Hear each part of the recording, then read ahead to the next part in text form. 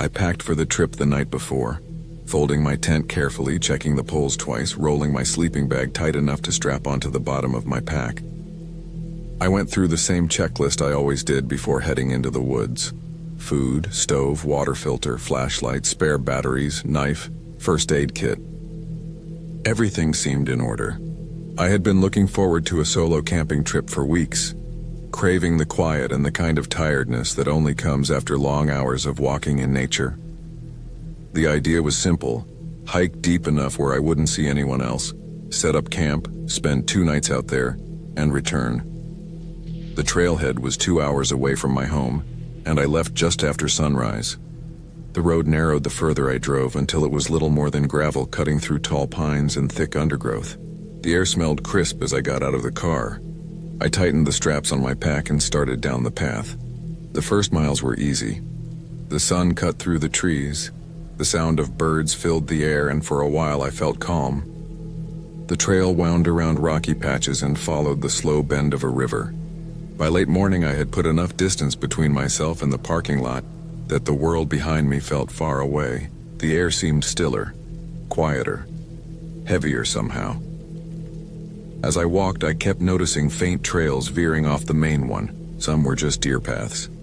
Others looked like they had been used by people before, but old and overgrown. At one point, I passed a broken sign nailed to a tree. Whatever words had been on it were long faded, and the wood itself was cracked. It didn't seem important, but I stared at it longer than I meant to, wondering why someone had nailed a sign so deep into these woods. Around midday, I stopped by the river to eat. I set my pack down on a flat rock, boiled some water, and ate noodles out of a cup. While I sat there, I thought I heard a splash farther upriver. I scanned the water, expecting to see a fish jump, but the ripples looked too wide, too heavy for that. Maybe a branch had fallen. I told myself it didn't matter and went back to eating, though I kept glancing at the water until I packed up again. The hike grew harder as the day went on. The trail narrowed. The ground was uneven, and at times I had to climb over fallen trees. I didn't mind, though. This was the kind of solitude I had wanted. My legs burned, sweat ran down my back, and I felt good knowing I was far away from everything. It was late afternoon when I reached the spot I had planned to camp. A clearing sat a few 100 feet away from the river, surrounded by tall trees that would block most of the wind. I dropped my pack and started setting up. The tent went up smoothly. The fire pit was easy enough to clear, and by the time I had water boiling for dinner, the sun was dropping low. As I sat on a log eating, I heard something again by the river. It wasn't a splash this time, but more like the sound of something moving through the brush. I froze, listening. It went quiet almost as soon as I noticed it. I told myself it was probably just a deer or a raccoon, something small. The woods were full of animals, and I wasn't far from the water. Still, the way the sound had stopped so abruptly made me uneasy. I let the fire burn low and crawled into my tent once the sky turned black. Lying in my sleeping bag, I listened to the sounds outside. Crickets, frogs, the occasional rustle of leaves. Normal things. I told myself not to overthink. At some point in the night, I woke up. My eyes opened to total darkness and my heart was pounding hard. Though I couldn't remember what had stirred me, I lay still listening. The forest had gone strangely quiet. No insects, no frogs, no wind in the trees. Just silence. Then I heard it, footsteps. They were faint but clear. Slow, deliberate steps moving across the leaves coming from the direction of the river. I held my breath. The steps drew closer, then stopped just outside my camp. My heart hammered so hard I thought it might give me away. I stayed as still as I could, gripping the knife I kept by my sleeping bag. The sound of breathing reached me then. Low, steady, human. Whoever it was stood there for what felt like forever. Then slowly the footsteps moved away. They crunched through the leaves until they faded into the distance. I didn't sleep after that. I lay awake the rest of the night waiting, ears straining for any sound. When the first pale light touched the tent, I finally dared to unzip it and step outside. The camp looked the same as I had left it. Nothing touched, nothing taken. But the ground just beyond the fire pit showed faint impressions in the dirt. They looked like shoe prints. I told myself it could have been my imagination. Maybe I had dreamed part of it, but the prints were real. Someone had walked through my camp. I should have packed up and left right then, but pride and stubbornness got the better of me. I didn't want to admit I was spooked. I had planned 2 nights and I wasn't about to cut it short because of some stranger passing by. People wandered the woods all the time. Maybe it was just a hunter or someone hiking off trail.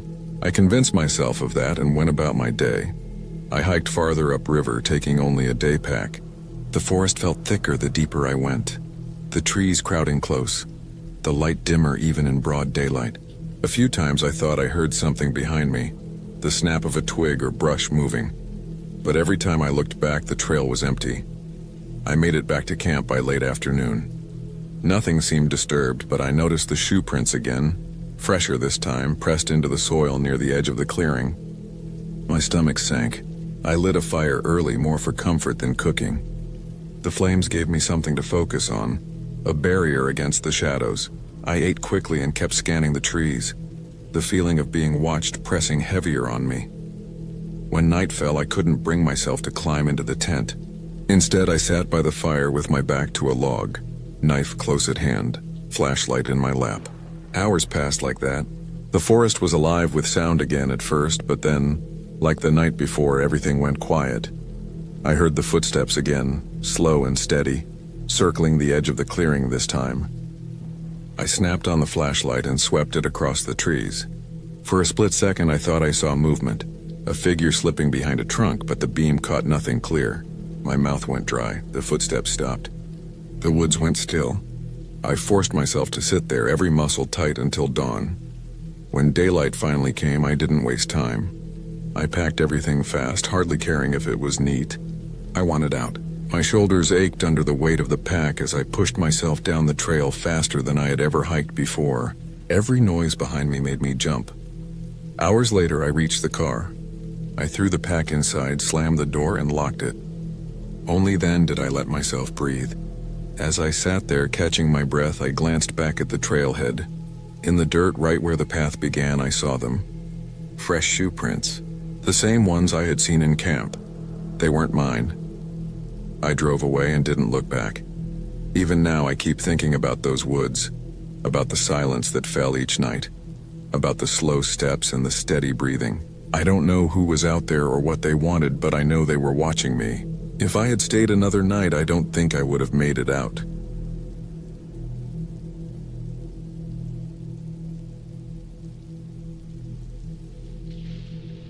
I had gone camping plenty of times before, always with a group or at least one other person, but this time I wanted to try something different. I wanted to go alone, just me in the woods, to see how I handled the silence and the space without the comfort of company. I thought it would give me some kind of clarity, maybe even a sense of strength I hadn't felt before. I picked a forest about 3 hours from home, a state park that wasn't popular enough to be packed with people, but still big enough that I could disappear into the trees and feel like I was completely alone. I didn't tell many people I was going, just a friend who lived nearby and my brother, in case something went wrong. I left early in the morning, my car filled with supplies, tent, sleeping bag, food, water, flashlight, extra batteries, a small camping stove, and a knife I kept in my backpack. I had everything organized and felt good as I drove out of the city and into the rural roads that wound toward the park. The deeper I went, the fewer cars I saw. Gas stations and small diners grew farther apart. The road narrowed and the trees grew thicker until finally, the sign for the park appeared, wooden and weathered. I turned in and parked at the gravel lot near the trailhead. The air was cool, crisp, and smelled like damp earth and pine. I slung my backpack over my shoulders, locked the car, and started walking into the woods. The trail was narrow but easy to follow, lined with tall trees whose branches swayed gently in the breeze. Birds moved above me, their calls echoing in the distance. The forest was alive but calm, and with every step I took, I felt like I was leaving behind all the noise of daily life. I wanted to set up camp far from the main trail, somewhere hidden, somewhere I could sit at night and hear nothing but the sounds of nature. After a couple of hours, I found a spot that felt right. It was a flat patch of ground surrounded by trees, with just enough open space for my tent. To the left was a slope leading down to a narrow stream where I could get water if I needed it. I unpacked my gear and set up my tent carefully, staking it into the ground and checking the zippers twice. I rolled out my sleeping bag inside, lined up my food and gear neatly, and made a small fire pit with stones I found nearby. I sat down for a while just listening. The wind rustled through the leaves, insects buzzed, and now and then a twig snapped somewhere deeper in the forest. The first few hours felt peaceful. I heated some food on the little stove, ate slowly, and let the silence settle over me. As the sun lowered, the forest started to change. The colors dulled, the shadows stretched longer, and the temperature dropped. The birds that had been active earlier grew quiet, replaced by the faint noises of nocturnal animals waking up. I collected some wood and got a small fire going. The orange glow lit up the trees closest to me but left everything beyond in complete darkness. I hadn't thought much about how dark it would be until I sat there staring at that endless black between the trees. When the fire burned low, I added more wood. The crackling kept me company. I thought about how different it felt compared to camping with friends, when laughter and voices filled the night. Now there was nothing. Just me, the fire, and whatever moved out there in the woods. The silence wasn't calm anymore. It was heavy. Every sound stood out: the snap of a branch, the crunch of leaves, the low whistle of wind. My mind started playing tricks, making me think I heard footsteps where there shouldn't have been any. I told myself it was animals. Deer, raccoons, maybe even a bear somewhere far off. But when I listened harder, the sounds felt too deliberate. At one point, I froze. From the dark side of the trees, I heard something that didn't fit with the rest. It wasn't an animal sound, not the scamper of paws or the flutter of wings. It was slower, heavier, like someone stepping carefully, trying not to be heard. My firelight didn't reach far, so I grabbed my flashlight and pointed it toward the sound. The beam cut through the darkness, landing on nothing but trees. The sound stopped instantly. The woods went silent again, so quiet that I could hear my own heartbeat. I held the flashlight steady for a long time, waiting for movement, but there was nothing. Eventually, I told myself it had to be a deer and sat back down by the fire, though my nerves wouldn't calm. When it got late, I crawled into my tent. The thin fabric felt too fragile, but I zipped it closed and settled into my sleeping bag. The forest outside was alive with small noises, but now that I was lying still, I could pick them apart more easily. I could tell when something was small, moving quickly, or when something larger stepped slowly. My mind wouldn't rest. Every few minutes I thought I heard something close by, just outside the tent. A branch would snap or leaves would crunch softly and my chest would tighten. I gripped the knife I had placed next to me, not because I really thought I'd need it, but because it gave me some sense of safety. Sometime deep into the night, I heard it again. The same sound as before, slow steps. They circled the edge of my camp, not rushing, just moving with patience. I didn't breathe. My hand stayed tight around the knife handle. The steps would stop, then start again from another side, like whoever or whatever it was checking the area. I wanted so badly to open the tent and shine the flashlight, but I couldn't move. The thought of unzipping the tent and exposing myself made me freeze. I lay there for what felt like hours, staring at the thin ceiling of the tent, waiting for it to stop. Eventually, exhaustion must have won, because at some point I drifted into shallow, restless sleep. When morning came, the forest looked different again. The sunlight broke through the trees, warming the ground. It should have felt safe, but when I stepped outside, I noticed something that made my stomach drop. Around my campsite, in the soft dirt, were clear marks. Not paw prints, not animal tracks. They were boot prints. Someone had been there in the night, circling my tent just as I had feared. The prints weren't mine. I had been inside the tent the whole time. The realization left me shaky. Someone had been watching me. I told myself it could have been a hiker, maybe curious, maybe lost, but the way the prints circled told me it wasn't casual. Whoever it was hadn't just passed by. They had stayed, moving around me, close enough to reach the tent if they wanted to. I felt exposed in a way I never had before. The woods didn't feel calm anymore. They felt hostile, like they were hiding someone just out of sight. I thought about packing up and leaving right then, but part of me didn't want to give in to fear. I convinced myself it was nothing, that the prints could have been older, even though deep down I knew they were fresh. I spent the day hiking near the stream, trying to distract myself. The whole time, though, I couldn't shake the feeling that I was being watched.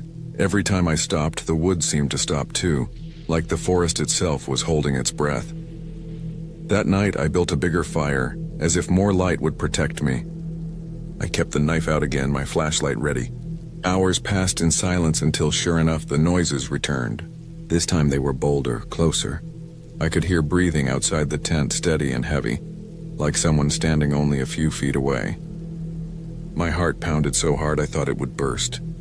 I didn't move, didn't make a sound. I just lay there praying for it to end. The breathing stayed for a long time before it finally faded into the distance. The next morning I saw more prints. Fresh, deeper, right next to my tent. Whoever it was had come closer, standing just outside while I lay there trying not to breathe. That was enough for me. I packed everything as fast as I could, shoving gear into my backpack without care. I didn't eat, didn't bother with the fire. I just wanted out. The hike back felt endless. Every step I expected to hear someone behind me. Every gust of wind through the trees sounded like movement. I didn't stop to rest. My legs burned, sweat soaked my back. But I didn't stop until I saw the parking lot ahead through the trees. When I reached my car, I threw everything inside and locked the doors. As I pulled out of the park and back onto the road, I finally let myself breathe. The tension drained slowly, leaving only exhaustion and a deep unease. I kept thinking about the footprints, the breathing, the way someone had stood so close to me while I was helpless inside the tent. I realized how vulnerable I had been, how easy it would have been for them to do whatever they wanted. The woods weren't peaceful anymore. They weren't an escape. They were a reminder of how alone a person can really be, and how dangerous that solitude becomes when someone else decides to use it against you. I never went back to that forest. In fact, I never camped alone again. The silence I once thought would bring me peace now only reminded me of that night, lying frozen in my tent, listening to someone walk circles around me in the dark.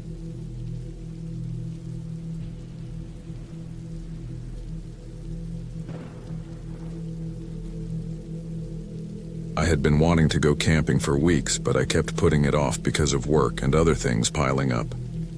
When I finally cleared a weekend for myself, I packed up my gear and decided to go alone. I figured a trip into the woods would be good for me. Some peace and quiet, away from noise, people, and everything else. I didn't tell many people where I was going, just that I was heading out for the weekend, and I didn't feel the need to give too many details. I had camped alone before and thought I knew what I was doing. The place I picked wasn't one of those marked campgrounds with picnic tables and bathrooms. It was further out, a place where you had to hike in, carry all your stuff on your back, and set up wherever you found a flat spot. I had looked at maps, checked the weather, and packed enough food and water. I left early in the morning, drove until the dirt road ended, and parked my car in a small clearing. From there I had to walk. The trail was narrow and trees grew close together, the kind of woods that swallowed sound. The deeper I went, the more cut off I felt, like I was slowly dropping out of the world. It took me about an hour and a half to reach a spot that felt right. The ground leveled out near a small stream, and there was a patch of dry, flat ground big enough for my tent. The air was cooler there, shaded by tall pines, and I could hear the soft trickle of water. I dropped my pack, stretched, and started setting up. I laid down the ground tarp, pitched the tent, and unrolled my sleeping bag inside. I stacked my food into a bear canister and carried it a good distance away, stashing it under a fallen log. I had a little stove, but I gathered some wood anyway, figuring I might want a small fire later. When camp was ready, I sat down on a log, drank water, and ate a sandwich. The quiet was thick, almost heavy, and I noticed how quickly I had grown used to the constant background noise of the city. Out there, every small sound stood out. The crack of a twig, the wind moving through branches, a bird flapping up from the underbrush. For a while, I just sat and listened. I decided to explore before it got dark, so I followed the stream uphill. It wound through the trees, shallow and clear, with smooth rocks lining its bed. I found deer tracks in the mud, and once I caught the flash of something bigger moving off through the trees. Maybe a deer itself. I didn't go too far, maybe a mile or so, before heading back. The sun was starting to slide down, turning the sky pale and the woods darker. By the time I got back to camp, shadows were long and the air had cooled. I lit a small fire, boiled water for noodles, and ate while sitting near the flames. The fire made me feel better, safer even, though I knew it was only in my head. Darkness settled in quick, and the woods around me turned black except for the glow of the fire and the pale stripe of the stream. When the fire burned down, I let it die out, poured water over the coals, and crawled into my tent. It took a long time to fall asleep. The forest seemed louder at night. I kept hearing things, branches snapping, faint rustling in the undergrowth, once even what sounded like footsteps. Every noise made me tense, my mind trying to decide if it was an animal, the wind, or something else. But eventually, exhaustion won and I drifted off. Sometime deep in the night, I woke up. My heart was pounding before I was even fully awake. Like something had yanked me out of sleep. I lay there completely still, listening. At first I heard nothing but the blood rushing in my ears. Then I caught it, the faint crunch of leaves, slow and careful, moving somewhere close. Not the random rustle of an animal scurrying. This was steady, deliberate. Step, pause, I held my breath. The sound moved around the edge of my camp, circling slowly, and then stopped. I could feel the hairs on my arms standing up. My tent was thin, just fabric between me and whatever was out there. I didn't move. After what felt like forever, I heard it again, fading into the distance.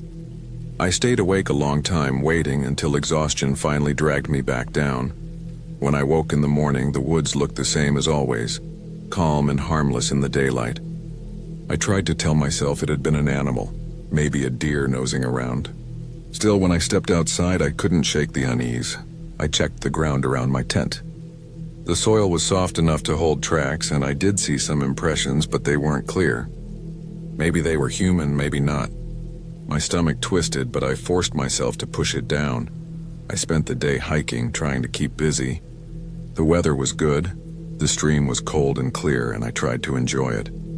But the thought kept nagging at me, a tight knot that wouldn't loosen. By the time the sun dipped again, I was tense. I cooked, ate, and put out my fire earlier than the night before, then zipped myself into the tent, hoping to get some sleep before nerves took over. But sleep didn't come easy. Every noise seemed sharper. I lay there for hours, eyes open in the dark. Around midnight, I heard it again. The steps. Slow, careful, circling. This time closer. My chest tightened, and I fought the urge to unzip the tent and look. Whoever or whatever it was, they stayed out there for a long time. I thought about the knife in my bag, not much more than a pocket knife, and felt helpless. After what felt like hours, the sound faded again. In the morning, I checked around the site again. This time I found it clear, boot prints, human, no mistaking it. Someone had walked around my tent.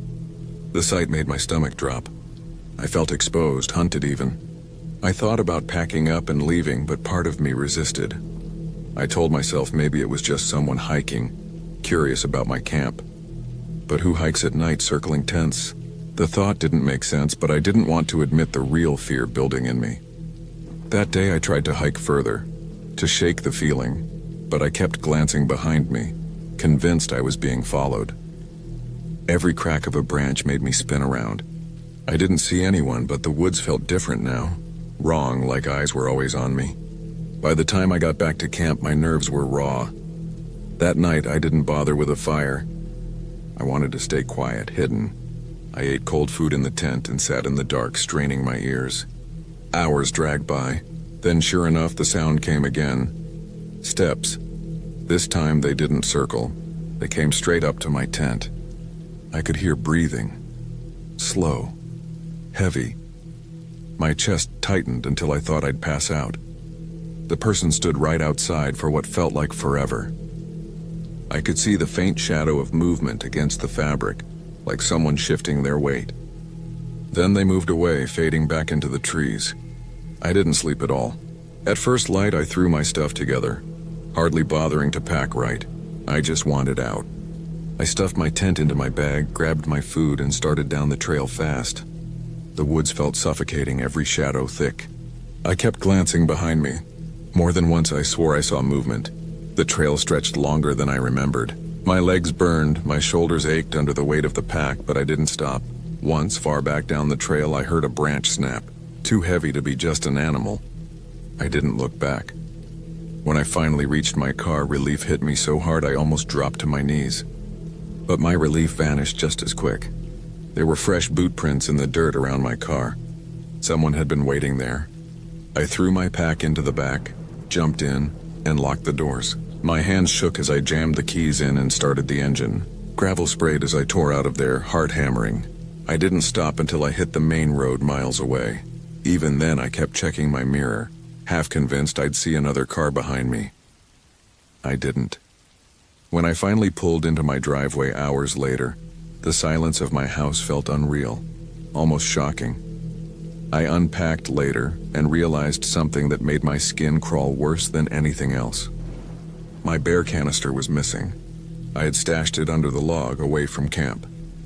It wasn't where I left it. Whoever had been circling my tent had taken it.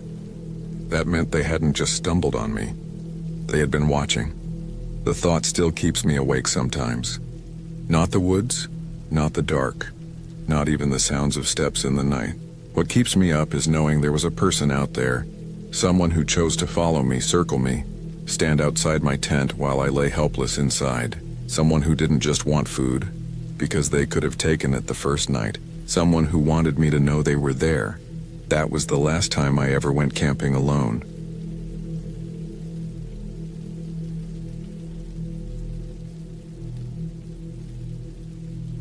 I decided to go camping that weekend because I needed space away from everything. Work had been grinding me down and my head felt heavy with stress. I wanted quiet. And I wanted the kind of silence you only get deep in the woods, far from traffic, far from neighbors, far from the steady hum of electricity. I picked a spot not too far from a state forest I had driven by a few times. I had done some camping before, but always with friends. This time I wanted to be alone. No distractions, just me, the trees, and the sound of water somewhere close by. I packed everything slowly the night before. Tent, sleeping bag, small gas stove, a lighter, a hunting knife, some cans of food, extra water, a flashlight, a headlamp, a roll of paracord, and my phone, though I knew the signal would likely cut out once I was deep inside. I kept the knife sharp and I packed a first aid kit. Not because I thought I'd need it, but because being alone meant you had no one to help if something went wrong. My backpack was heavy, but I thought of it as necessary weight, the kind that would give me peace once I set up camp. The morning I left was overcast, with gray clouds that didn't move much. The air felt damp. The drive wasn't long, maybe an hour and a half, and by the time I parked in the small gravel area at the trailhead, the sun had pushed through enough to break the gray into streaks of light. I adjusted my pack, locked my car, and started on the trail. The forest swallowed me almost immediately. The sound of the road fell away, replaced by the thick hush of trees pressing in from both sides. The trail was narrow but easy to follow. Roots crossed here and there, and sometimes the dirt dipped into soft patches where water had run through, but it wasn't hard hiking. I kept a steady pace, not rushing, just walking slow enough to listen to the forest itself. I passed a stream after about an hour. The water was cold when I dipped my hand in, and I decided to follow it upstream for a while since I wanted to camp near water. I figured it would be easier for cooking and washing up. I cut off the trail and followed the line of the stream through thicker woods. Branches clawed at my jacket and fallen logs slowed me down. By midday, I found a spot that felt perfect. A clearing not too big, ringed with tall pines. The stream close enough that I could hear the water rushing, but not so close that it risked flooding me if it rained hard. I dropped my pack and stretched my shoulders. The quiet here felt different. It wasn't total silence. The water ran steadily. Birds called from far away, and sometimes a branch creaked, but there was no man-made noise at all. I started setting up. I cleared the ground where my tent would go, pulling away rocks and sticks, then staked it down and rolled out the sleeping bag inside. I set up my little stove on a flat rock, gathered some dry sticks just in case I wanted a real fire later, and tied a length of paracord between two trees to hang food away from the ground. By the time everything was in place, the sun was leaning lower. The clearing grew cooler, shadows stretching from the pines. I heated some canned soup on the stove and ate slow, watching the light fade. The air smelled sharp with pine and wet earth. It felt good, the kind of good I had been looking for when I decided to come out here. When darkness finally came, it came heavy. The trees swallowed the last light fast, and soon the clearing was covered in black. except for the narrow beam of my headlamp. I kept it off most of the time to let my eyes adjust, just sitting outside the tent, listening. There was something about being alone in the woods at night that tightened every sense. Every crackle of a branch made me straighten. Every rustle in the brush made me strain to hear if it was close or far. I told myself it was animals, maybe deer, maybe raccoons. I tried not to think of anything else.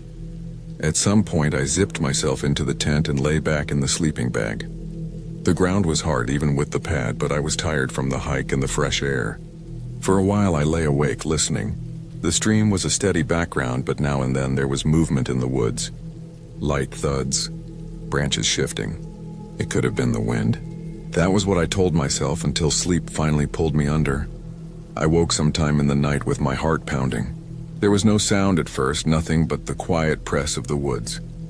I lay still, staring at the thin fabric of the tent glowing faintly with moonlight. Then I heard it crunching, slow and heavy, moving through the leaves near my camp. Not fast like a deer, not light like a raccoon. Something heavier, deliberate. My hand found the knife beside me. Though I didn't unzip the bag, I held still, breathing as quietly as I could. The steps came closer, stopping now and then as if whoever or whatever was moving was pausing to listen. My chest felt tight. I told myself it might be a bear. That thought wasn't comforting, but it made more sense than the idea of a person wandering this deep at night. I had hung my food, I had no smell of cooking left near me, but bears didn't always care. I stayed motionless, gripping the knife until my hand ached. After a long stretch, the crunching faded. The silence after it felt worse.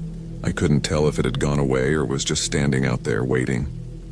Eventually, exhaustion pulled me back under, but my sleep was broken.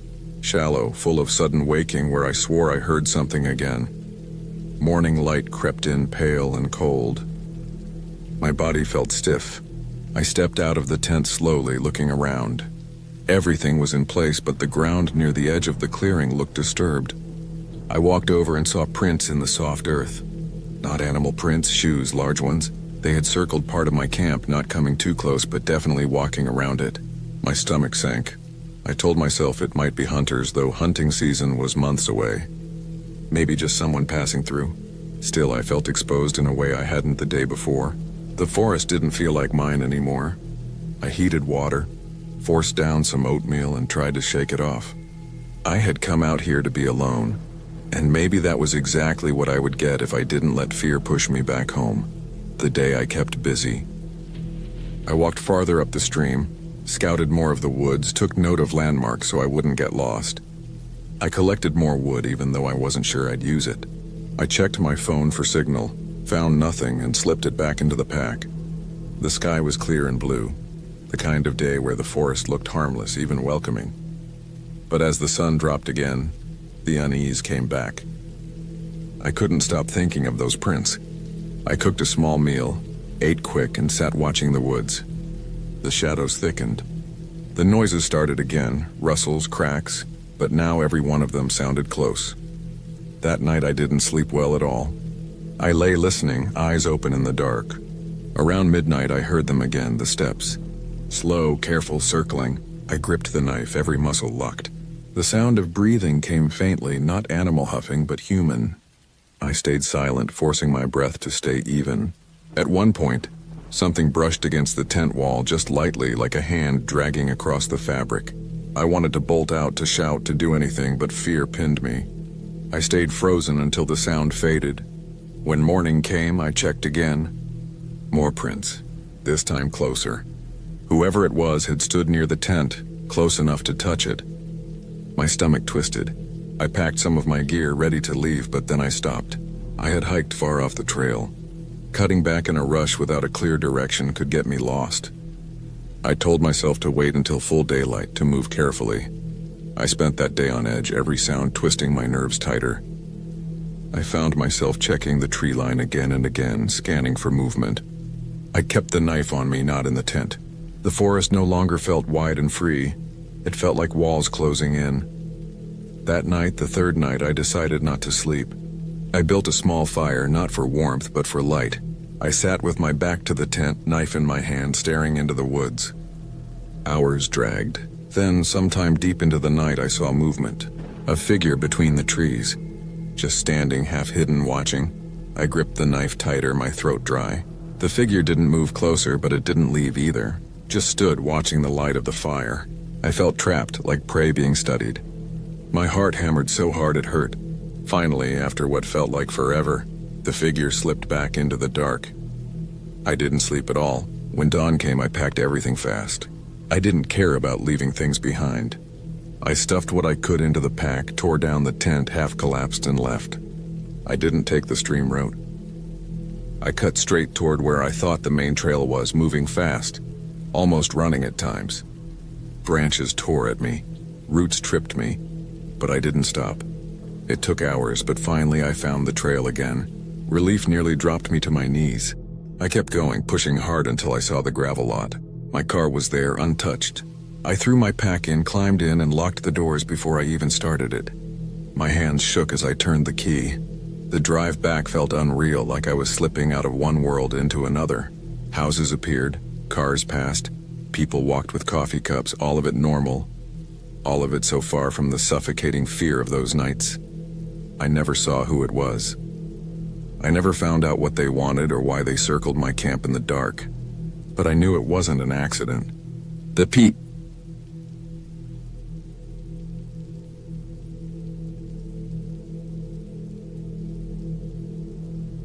I always thought camping alone would clear my head. I wanted to be away from traffic, away from people, away from the constant ringing of my phone. I picked a spot at random, scrolling through a map until I found a stretch of forest I had never been to before. It was state land, quiet and not far from an old service road that hadn't been used much. I packed my tent, sleeping bag, stove, food, water, and a small hatchet. The plan was to stay out there for 2 nights and hike back on the 3rd day. I didn't tell anyone where I was going. I just wanted silence. I drove until the road narrowed into dirt and gravel. The sound of rocks under my tires echoed through the trees. I parked in a clearing where grass was high and weeds pushed up around rusted metal barrels. The place looked forgotten, which I liked. I strapped on my pack, double-checked that I had everything, and started walking into the woods. The air was thick with pine and damp soil. The trail wasn't really a trail, just flattened grass and old tire marks leading deeper. At first, the forest felt calm. Birds called overhead, insects buzzed in the air, and the wind shifted through the leaves. The pack on my back was heavy, but it kept me grounded.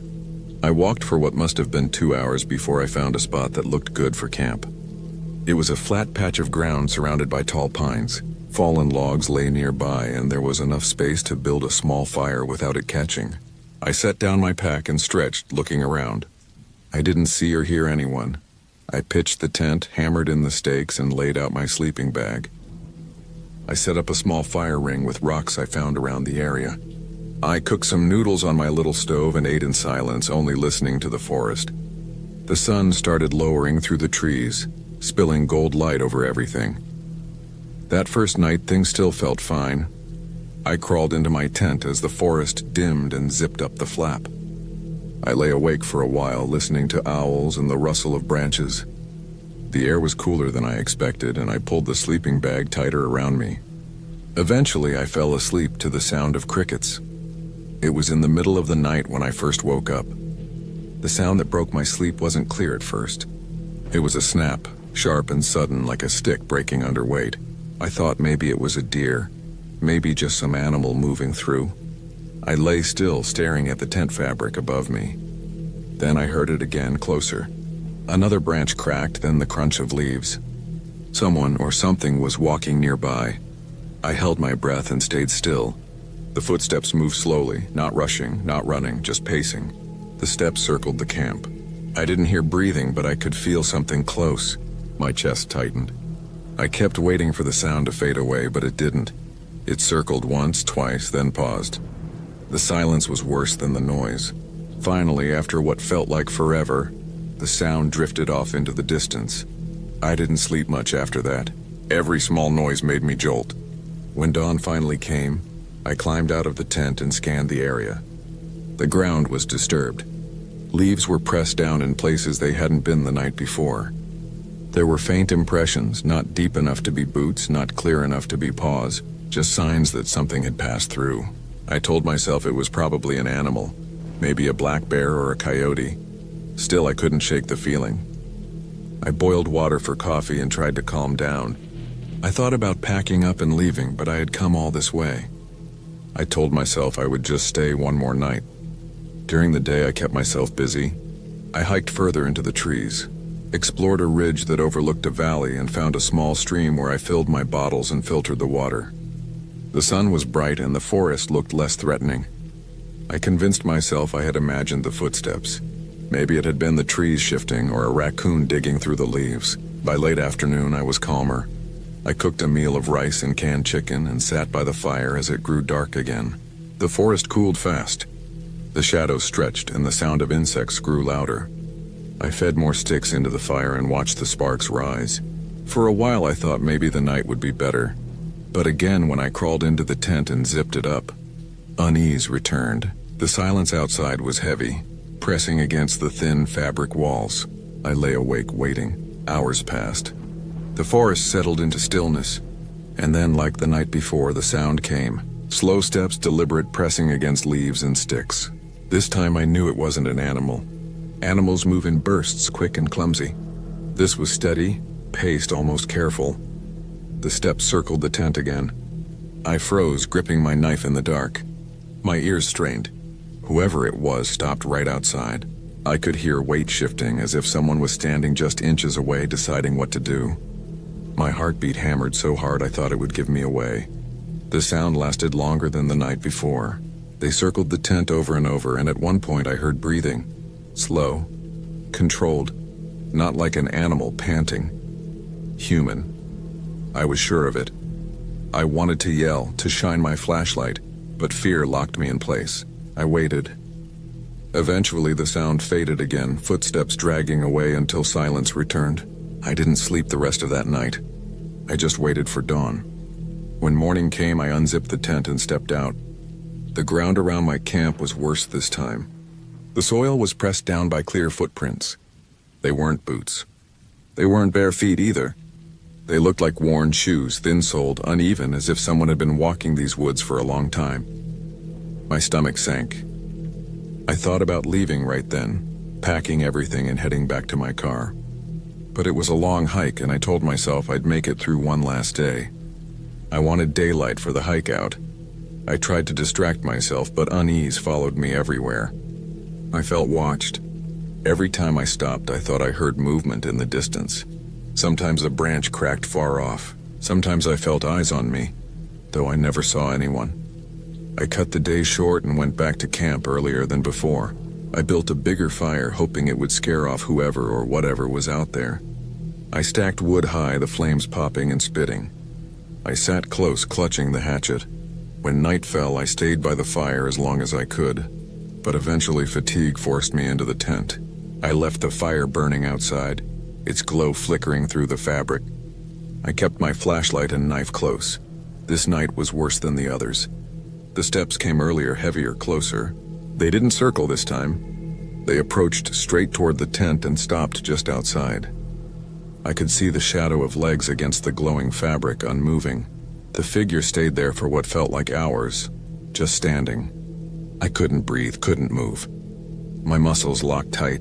Finally, the shadow shifted. I heard retreating steps, slow, dragging, then gone. At dawn, I packed everything in minutes. I didn't cook, didn't eat, just shoved gear into my pack and tore down the tent. I kept looking over my shoulder. The footprints were clearer than ever now, leading from the trees to the very edge of where I had slept.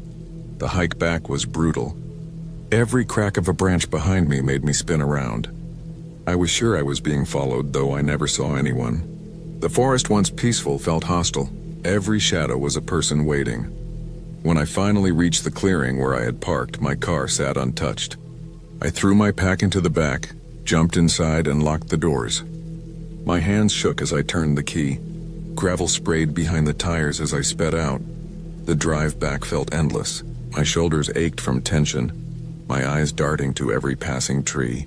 Even once I hit pavement, I couldn't relax. When I finally reached home, I carried my gear inside and set it down. For hours, I just sat in silence, staring at nothing. My body was safe, but my mind was stuck back there in those woods. The thing that chills me most isn't what happened, but what didn't. Whoever was out there never tried to speak, never showed themselves fully, never attacked. They just circled, watched, and waited. I don't know what they wanted. I don't know if they were planning something worse for another night I didn't give them. All I know is that I'll never camp alone again. Every time I close my eyes, I hear those slow, careful steps pressing into the leaves.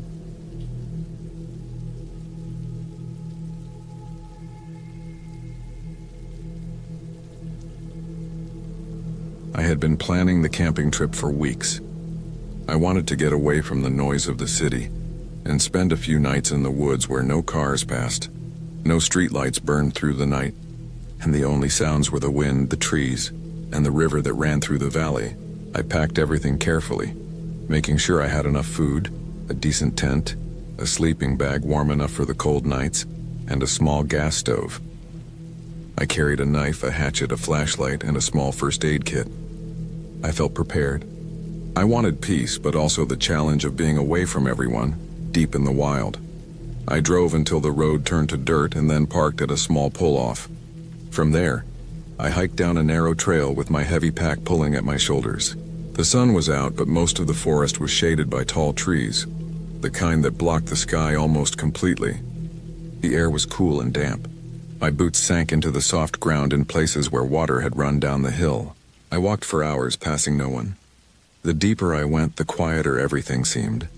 I only heard the snapping of twigs under my feet and the occasional bird that darted through the branches overhead. I found a clearing near a stream that looked like a good place to set up camp. The grass was flattened from old floods, but it was dry and open enough for my tent. I dropped my pack, stretched my back, and started unpacking. The ground was uneven, but I managed to pitch the tent on the flattest patch I could find.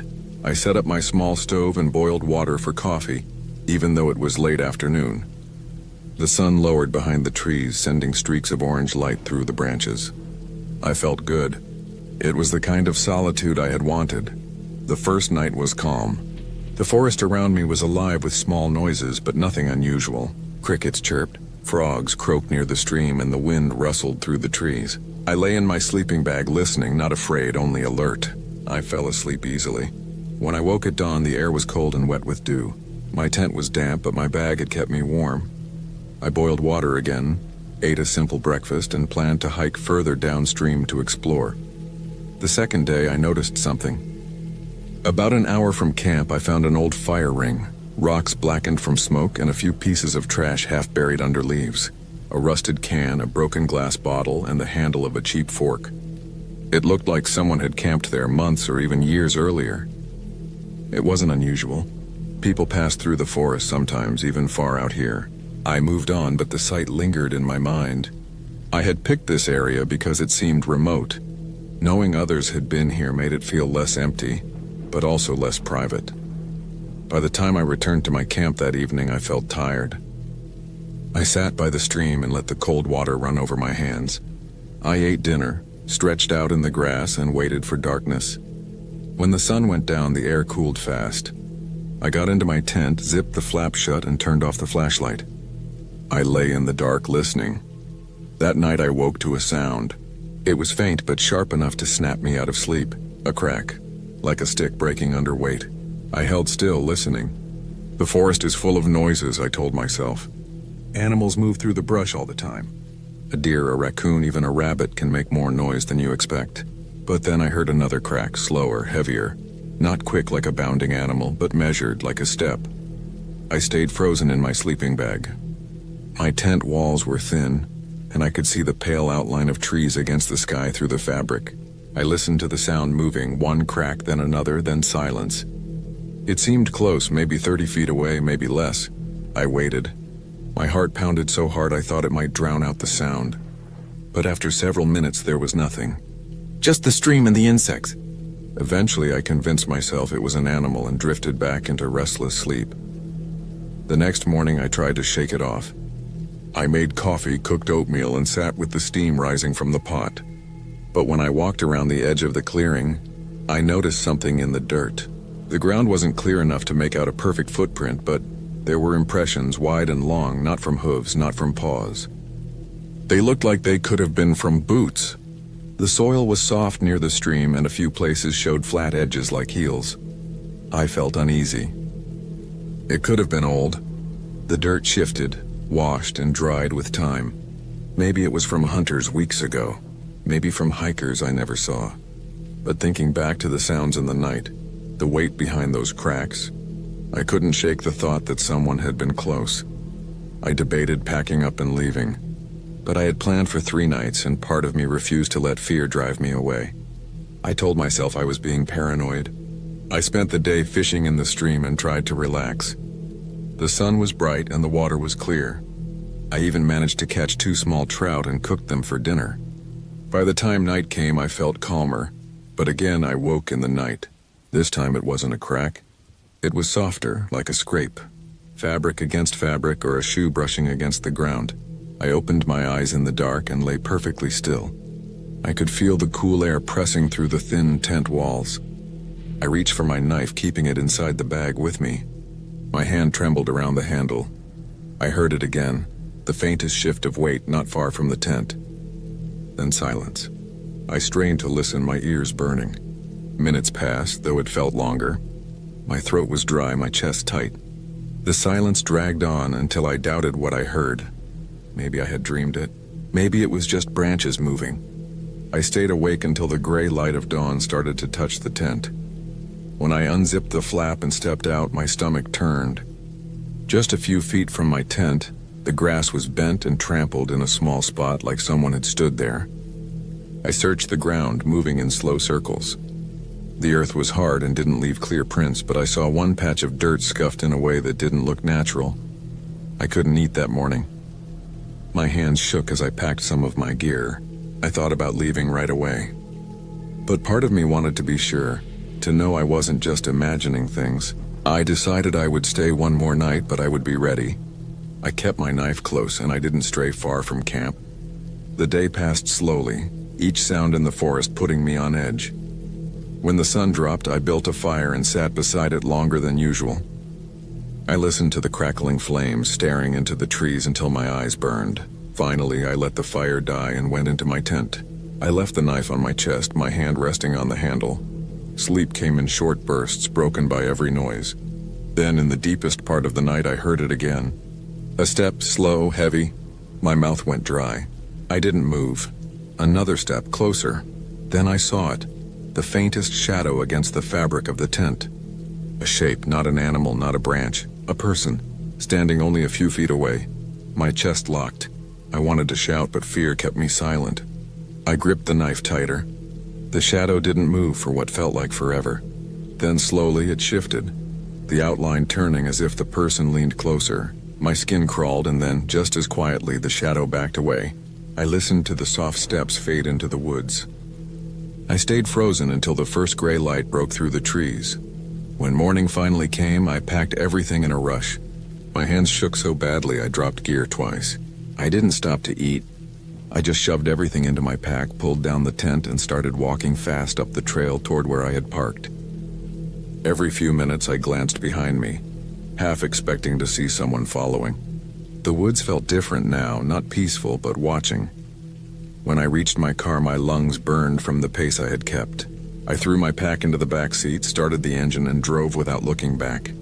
My chest didn't loosen until I hit paved road again, far from the trees. I never saw the person. I never knew who they were or what they wanted. But I know what I saw. The shape outside my tent, the steps, the trampled grass. Someone had been watching me in the dark, standing just feet from where I slept. I don't know how long they had been there or if they followed me on the trail. I only know I left before they made their move. Since that trip, I haven't camped alone again. The woods are still beautiful, still quiet, but I can't shake the thought of waking up to a shadow outside the tent. Close enough to reach in if they wanted. The forest no longer feels empty.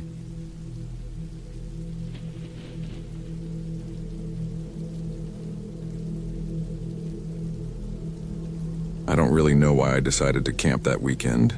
It wasn't planned out the way most camping trips usually are. It just happened because I felt restless and wanted to get away from everything for a while.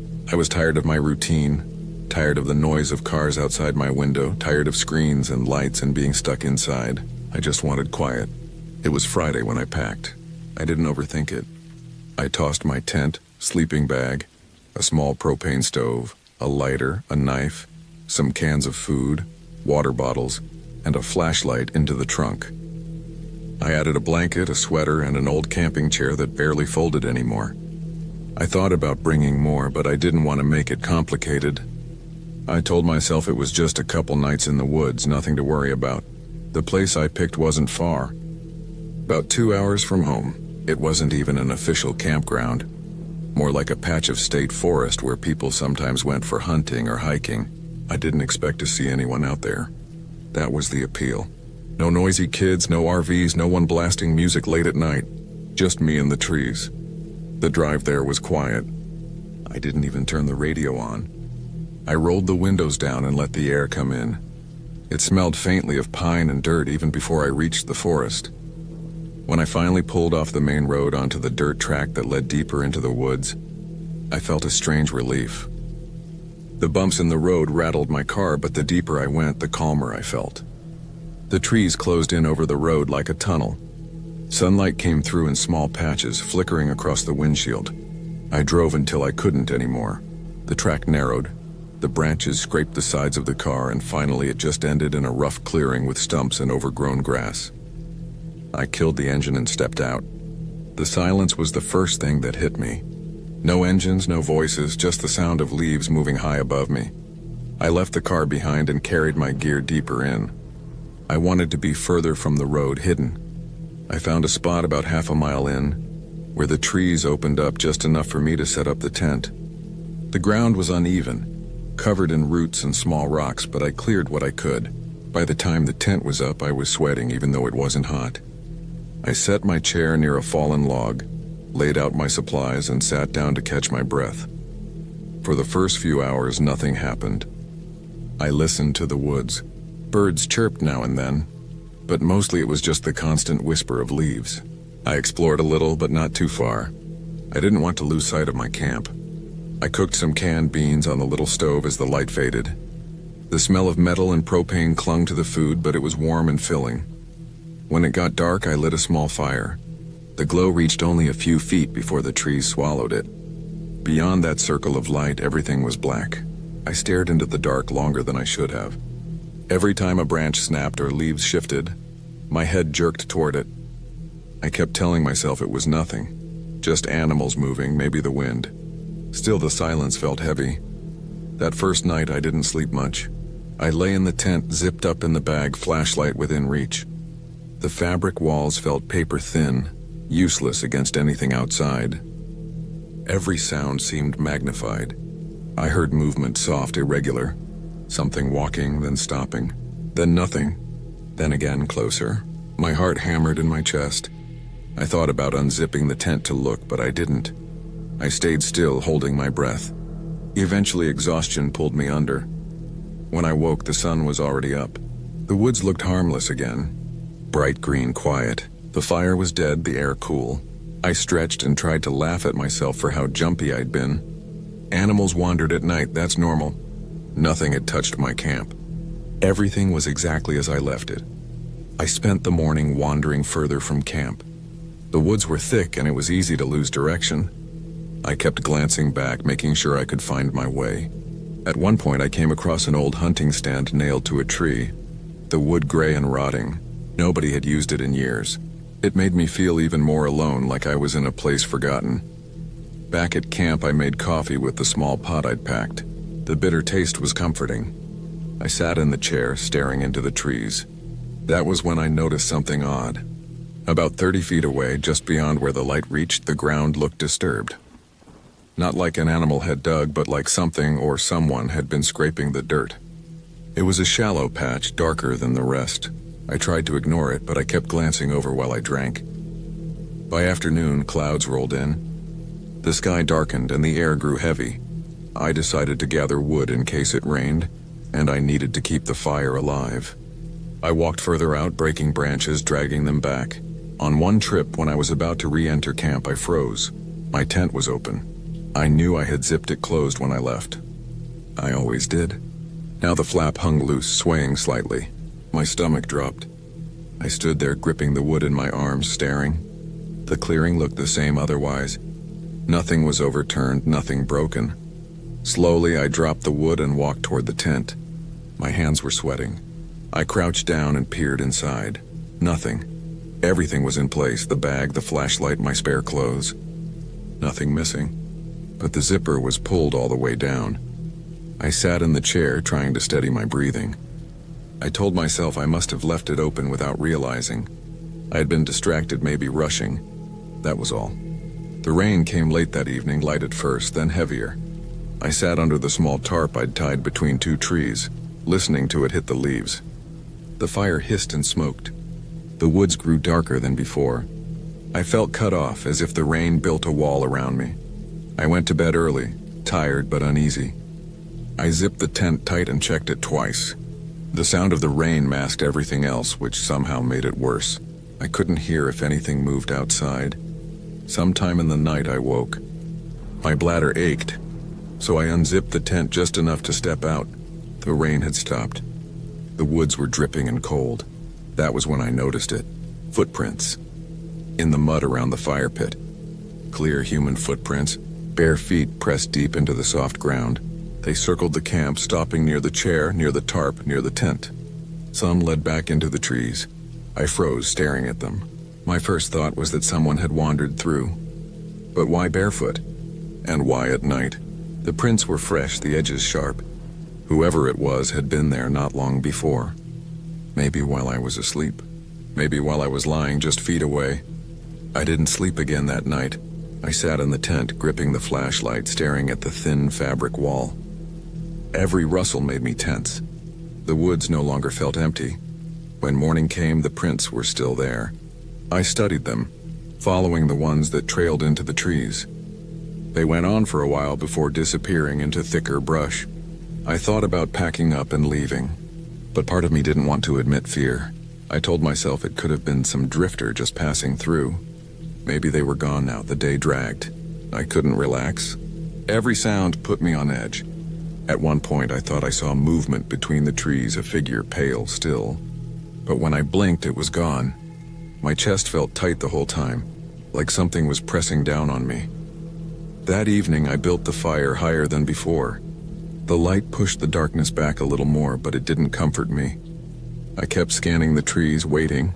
I ate little, just a can of cold food. My stomach was twisted too tight for more. I sat awake for hours until the fire burned low. My eyelids grew heavy, but fear kept me upright. At some point I must have drifted. When I jerked awake, the fire was nearly dead. Only faint embers glowed. The woods were silent, too silent, then I heard it breathing, not mine. Slow, steady, just beyond the tent. I didn't move. My whole body locked. The sound went on for what felt like forever. Inches from where I lay. Then it stopped. When I finally found the courage to move, I flicked on the flashlight. The beam cut through the tent fabric, glowing faintly outside. Nothing. I listened hard, but the breathing was gone. Morning came gray and cold. I stumbled out, exhausted. The footprints were back, fresh again, right outside the tent this time. My chest went hollow. Someone had been standing there while I slept, watching. I didn't pack up right away. I don't know why. Maybe I was too tired to think straight. I just sat in the chair staring at the trees, trying to convince myself I was imagining things. But then I noticed something worse. The disturbed ground I had seen before. 30 feet out. It was bigger now. Like someone had been digging again. The patch of dark earth was wider, deeper. A hole forming, my mind spun. Who would dig a hole out here? And why, that was it for me. I shoved everything into the bag, collapsed the tent without care, and hauled it all back toward the car. Every step I felt watched. The woods were silent except for my own frantic movements. When I reached the clearing where the car was, my stomach dropped again. A shirt, lying on the hood of my car. It wasn't mine. Old, dirty, stretched thin. My hand shook as I fumbled the keys. I shoved the gear into the trunk, slammed it shut, and jumped behind the wheel. I didn't look back as I started the engine. Branches scraped the car as I sped down the dirt track faster than I should have. My heart hammered until I hit the main road. Only then did I slow down.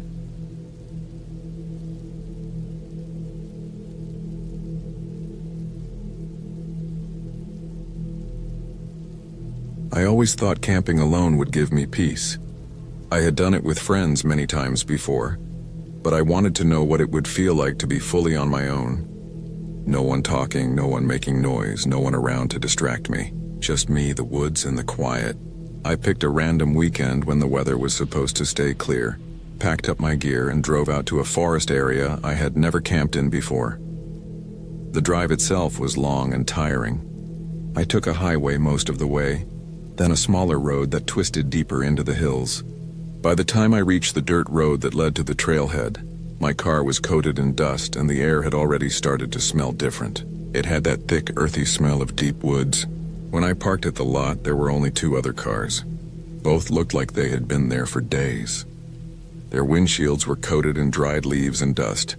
I remember thinking that was perfect. The fewer people around, the better the solitude would feel. I strapped on my backpack heavier than I liked, but I had packed enough to last me 3 nights. Tent, sleeping bag, cooking gear, water filter, and food. I tightened the straps, locked my car, and started walking. The trail was rough in some places, roots pushing up through the dirt, but it was wide enough to follow without worry. The deeper I went, the more closed in it felt. The trees were tall and thick, and the light dimmed under the leaves. I didn't hear cars anymore or people, just insects, the occasional crack of a branch, and my own footsteps. After about 2 hours, I found a spot that felt right. A small clearing just wide enough to pitch my tent, with a slight rise that would keep water from pooling if it rained. The ground was soft with pine needles. Behind it was a dense wall of brush, and beyond that, more forest that seemed untouched. It felt hidden, safe, like no one would stumble on me here. I set up my tent slowly, taking time to make sure every corner was pegged tight. Then I gathered some wood, cleared a circle of dirt, and made a fire pit.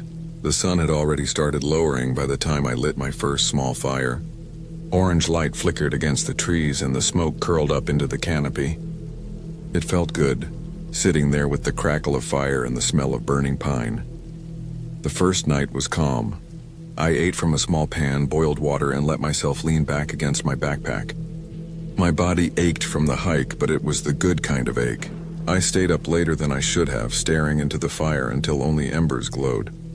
When I finally crawled into my tent, the forest was alive with sound. Crickets, distant owls, small scurrying things in the leaves. I fell asleep to it easily. The second day I explored. I left my heavier gear at the camp and carried only water and a knife on my belt. I walked for hours in different directions, always careful to mark trees with small scratches so I could find my way back. The forest seemed endless, the same pattern repeating. Tall trunks, thick underbrush, slopes going down into hollows and rising again. At one point I found a small creek. The water was cold and clear. I filled my bottle and drank until my stomach ached. When I returned to camp in the late afternoon, something felt different. I couldn't name it at first. Everything looked the same. My tent still standing, my fire pit cold, my bag leaning against a log. But there was this odd stillness. It wasn't that the forest was quiet. There were still birds, still rustling leaves, but something about the air felt heavy, like I wasn't alone anymore. I told myself it was just being tired, that my mind was playing tricks. That night I cooked noodles over the fire and ate while the shadows grew long. The flames gave just enough light to keep the clearing visible, but beyond that circle, the woods pressed in. I remember staring at the tree line, half expecting to see something move, though I never did. My nerves felt sharper, like I was waiting for something, but nothing happened. I banked the fire down to coals and went to sleep earlier than the night before.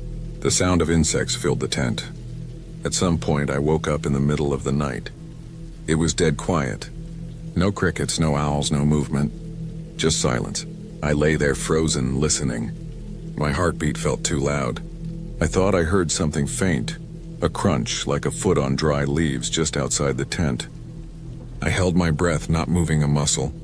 It came again, slower this time. Then nothing. I stayed awake for what felt like hours, but no other sounds came. Eventually, exhaustion pulled me back under. In the morning, I stepped out and walked the edge of my camp. Nothing looked disturbed. No tracks, no broken branches, nothing missing. But that feeling stayed with me. I couldn't shake it. I tried to tell myself it was probably an animal, maybe a deer or even a raccoon nosing around. But it had felt heavier than that, more deliberate. I spent most of that day staying close to camp, cutting wood, rearranging gear, keeping the fire going. Every sound made me look up. Every shift in the brush made me stiffen. The woods didn't feel peaceful anymore. They felt watchful, like something was out there waiting for me to relax. By evening, I was on edge. I didn't even enjoy eating. My stomach felt tight the whole time. The firelight made shadows stretch long and twitch with every breeze. I piled on more wood than I needed, keeping the fire bright and high. I sat with my back to the tent so nothing could sneak up from behind. The night dragged. My eyes burned from staring into the trees. When I finally forced myself into the tent, I kept my knife in my hand. The silence came again. No insects, no night calls, nothing. I knew that wasn't normal. Then came the sound. A branch snapping, closer this time. My chest tightened. I gripped the knife until my hand ached. Another sound followed, a dragging shuffle across the ground. Not quick, not random, but slow, deliberate. My skin prickled. I wanted to look, to unzip the tent and shine my light, but I couldn't move. Every part of me screamed to stay still. I lay like that until my arm went numb. The sound stopped after a while, or maybe I just stopped hearing them. I must have drifted into shallow, broken sleep because I woke at dawn, stiff and sore. I got out and walked the perimeter again. This time I found something. On the edge of the clearing, near where the brush thickened, there were marks in the ground. Not animal prints, drag marks as if something heavy had been pulled across the dirt. They cut through the pine needles, leaving raw soil exposed. They led from the trees to a point near my camp, then back again. My stomach dropped. It wasn't deer. It wasn't raccoon. It wasn't anything I wanted near me. I wanted to pack up and leave right then, but it was early and I had a long hike back. I told myself I could wait until full light, cook one last meal, and then go. But deep down, I already knew I had to get out. I forced myself to eat a little, though I could barely taste it. My hands shook while I broke camp. Every sound from the woods made me snap my head around. I stuffed gear into my pack without care for order. When the tent was down and the fire doused, I hoisted the load and started back toward the trail. The forest felt different now. Every step echoed in my head.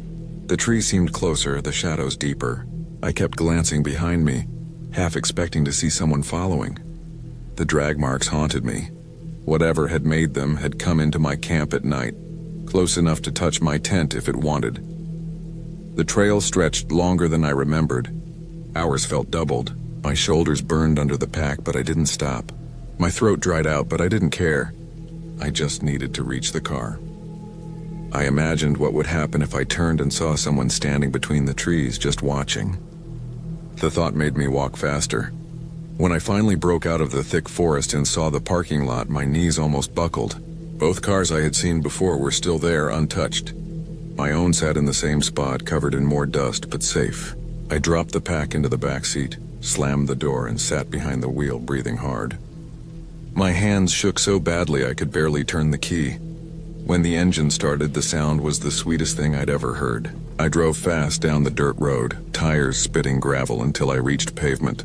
Only when I was miles away did I finally let myself breathe normally. I never went back to that forest. I don't know what dragged itself into my camp. I don't know why it came or why it left me alone. All I know is that it wasn't an animal and it wasn't my imagination. Something was out there and it knew I was alone. That was enough for me.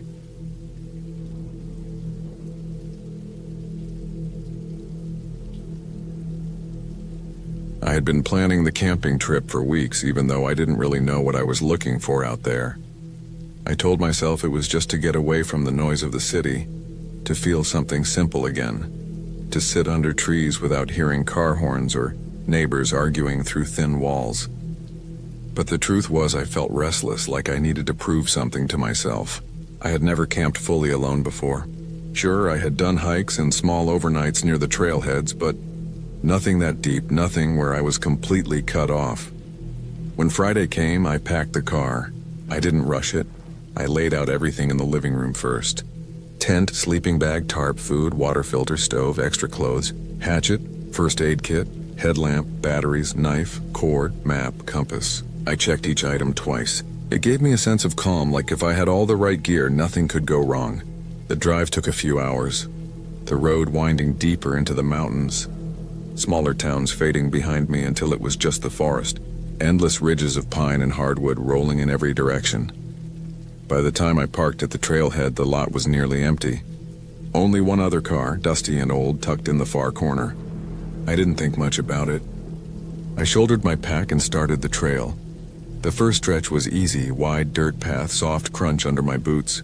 The air smelled sharp with pine sap and damp leaves. I followed the trail for a few miles, then turned onto a smaller side path I had marked earlier. That one was tighter, barely more than a deer trail, and I liked that. I wanted distance. The forest closed in around me. The sounds different out there. No faraway highway hum. Just the creak of trees shifting, the snap of twigs under my feet, sometimes the rush of a bird breaking from a branch above me. After maybe 3 hours, I found a spot to camp. It was a flat clearing near a small stream, quiet except for the water trickling over rocks. The ground was firm, the trees tall and close, but not too close. I set the pack down and got to work. I spread the tarp, pitched the tent, staked it down tight. Then I gathered some wood, cut a few smaller pieces with the hatchet, built a small fire ring with rocks. When it was lit, the smoke curled straight up through the trees. The evening settled in calm. I cooked noodles on the little stove, ate slowly, and listened to the forest. The light dropped until it was just the orange of the fire and the black shapes of trees pressing close. It was quiet in a way that didn't feel peaceful anymore, just empty, heavy, like the silence was waiting. That first night I barely slept. I lay in the tent listening to every rustle, every small crack outside. My headlamp sat ready in my hand the whole night. At one point, long after midnight, I heard something heavy move near the stream. It wasn't fast, not like a deer bounding. It was slow, careful, almost dragging. My heart slammed so hard I thought I'd be sick, but after a few minutes it went silent. I told myself it was just an animal. Probably a raccoon. Maybe a bear passing through. I pulled the bag tighter around me and stayed awake until the sky finally lightened. In the morning, the ground around the stream was disturbed. Not paw prints exactly, but pressed down patches of mud, as if something heavy had stepped there and shifted its weight. The water was cloudy too, like something had stirred it. I tried to shake it off. The woods were full of animals. Tracks didn't mean danger. I decided to explore further from camp. I carried a day pack, left the main gear behind. The trail was faint, winding deeper uphill. I kept track with the compass, marking trees lightly with the back of my knife so I wouldn't lose the way. After about an hour, I noticed something odd. Small signs of someone else out there. A tree cut in a way that wasn't natural. A piece of rope frayed and hanging from a branch. Later, what looked like a rusted tin can half buried in the dirt. It put a chill through me. This wasn't near any regular trail. Nobody would camp this far without reason. The objects looked old, weathered, but not ancient. I turned back sooner than planned. The walk back to camp felt longer, like the trees pressed tighter, like I was moving slower than I should have. When I finally saw the orange of my tent through the trees, I felt relief, until I noticed something off. The fire ring I had built was scattered. The rocks I had placed carefully were kicked aside. My pack was still there, tent still standing, but the fire pit was ruined. I crouched, checked the ground, footprints. Not boots, not clear treads, but shapes pressed into the dirt. Larger than mine, my throat went dry. I scanned the trees. Nothing moved, but the stillness felt heavier now. I put the rocks back, rebuilt the pit, though my hands shook the whole time. I told myself again it was just animals, maybe a bear rummaging. Still, I couldn't explain the prints. That second night was worse. I lay awake again, knife beside me. The forest felt alive in a way I couldn't explain, like it was holding its breath. Sometime deep in the night, I heard it again. The dragging sound, slow steps near the stream, then closer. Something brushed the tent wall, faint but real. I stopped breathing, gripping the knife until my knuckles hurt. Minutes passed, maybe hours, I couldn't tell. At some point, I must have drifted in and out of a shallow, terrified sleep, because I woke to weak daylight bleeding into the tent. When I stepped outside, my stomach sank. The stream had more footprints, and near the edge of camp, one tree had a mark carved into it, a straight line deep about the height of my chest, fresh, not weathered. That was no animal. The thought hit me so hard I stumbled back. Someone was out there, watching. Close enough to touch the tent. Close enough to carve the trees while I slept. I wanted to leave right then, but something in me froze. My legs felt heavy, like the forest itself pinned me. I forced myself to pack slowly, checking over my shoulder every few minutes. Each time I thought I saw something shift in the distance like a figure between the trees, but when I blinked it was gone. By midday, I had the pack ready. I tightened the straps and started down the way I had come. The forest looked different now. Each tree seemed like it was hiding something. I pushed fast, not caring about the compass, just wanting distance. My lungs burned, sweat soaking my shirt. Then I saw it. On a tree ahead, another carving. This time 2 lines crossing like an X. It was fresh, the bark curling from the cut. I froze, my skin crawling. That wasn't there before. Whoever it was, they were ahead of me. I veered off trail, heart pounding. Branches tore at my arms, brush clawing my legs, but I didn't stop. I just moved, pushing downhill, hoping I'd hit the main path. My thoughts spiraled. Who was it, a hunter? A squatter living out there? Or just someone who liked messing with people stupid enough to camp alone? Whatever it was, they weren't just passing through. They were marking, showing me they knew. The forest grew darker, though it wasn't late. Clouds rolled in, heavy, blocking the sun. The air thickened, humid and tense. After what felt like hours, I stumbled into a small hollow. The ground was bare dirt, no grass, just mud and rock, and in the middle sat a fire pit. Bigger than mine. Old, ringed with blackened stones. Around it bones. Not human, but animal. Deer, maybe? Some broken, some cut. I stood frozen, chest heaving. My mind screamed to turn, but my body wouldn't move. Then I noticed something worse. In the mud near the pit, fresh footprints. Larger than mine again. Pressed deep like whoever made them had been standing there not long ago. That snapped me. I bolted uphill, tripping, clawing at roots to pull myself forward. My body felt like it wasn't mine anymore, just pure fear moving it. Branches cut my face, sweat stung my eyes, but I didn't stop. Finally, near dusk, I burst onto the main trail. Relief hit so hard I almost cried. The dirt path stretched clean in both directions. I turned toward the lot and didn't stop until the trees thinned and I saw the car waiting. Dust still on its hood. The other car was gone. I threw my pack in the back, jumped in, and locked the doors. My hands shook so badly I could barely turn the key. When the engine roared to life, I floored it, gravel spitting out behind me as I tore down the mountain road. I didn't breathe until miles later, when the forest finally fell away into open land. Even then, the feeling clung to me. The knowledge that someone was out there, deep in the woods, close enough to touch my tent. Close enough to carve marks into trees just to let me know. I never camped alone again. Even now, years later, I can still hear that slow, dragging step in the dark when I close my eyes. Still see those footprints pressed deep in the mud by the stream. And I know I wasn't imagining it.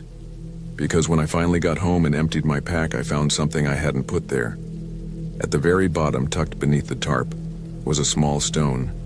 Smooth, flat, with a fresh carved line across it. The same line I had seen on the tree near camp. I sat staring at it for hours, the weight of the forest still on me. Someone had been there watching me so close, close enough to leave a piece of themselves behind. And they had wanted me to know.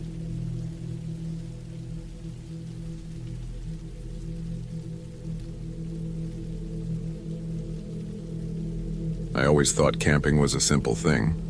You pack a tent, some food, some gear, and you go out to the woods to clear your head. I had been on a few trips before, most of them with friends, but this time I wanted to go alone.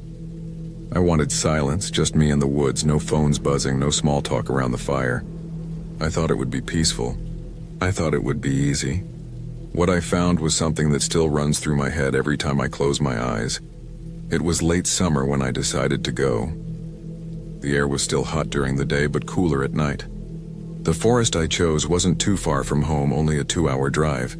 It was the kind of place hikers used, with marked trails and campsites scattered through it.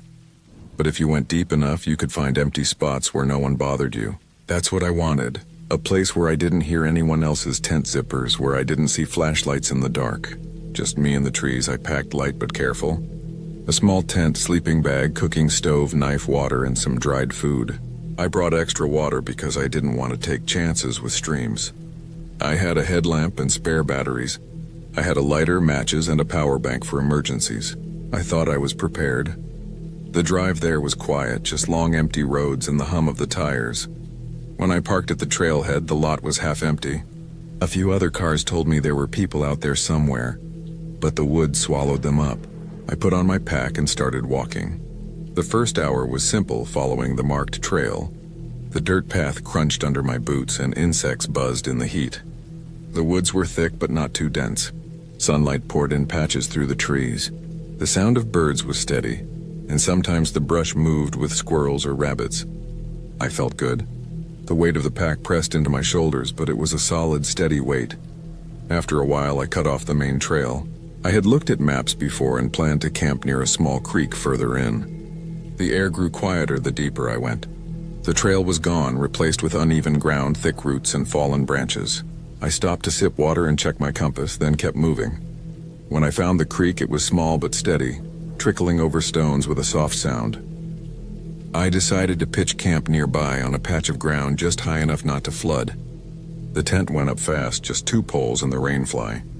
I laid out my sleeping bag, set up my little stove, and sat down. The quiet hit me all at once. No cars, no voices, nothing but water and trees. It was exactly what I thought I wanted. The first night started calm. I boiled water, ate some noodles, and watched the sky turn dark through the trees. The sounds of the woods shifted as the sun went down. Birds went quiet, crickets started, and the creek seemed louder in the dark. I sat by a small fire, staring at the flames until my eyes felt heavy. When I finally crawled into the tent, the night wrapped around me. At first I slept light, waking at every snap of a branch or rustle in the leaves. Each sound seemed close, like something was moving just outside the tent. I reminded myself that woods are full of animals, most of them harmless. The thin fabric between me and the night felt weaker than I thought it would. Still, I managed to drift off again and again. Sometime deep in the night, I woke to a new sound. Not the creek, not the crickets. It was heavier, slower. A crunch of leaves, a break of twigs. It wasn't constant, but it was close. My eyes opened wide in the dark. I held my breath and listened. The sound came again and again like steps. They circled once, then stopped.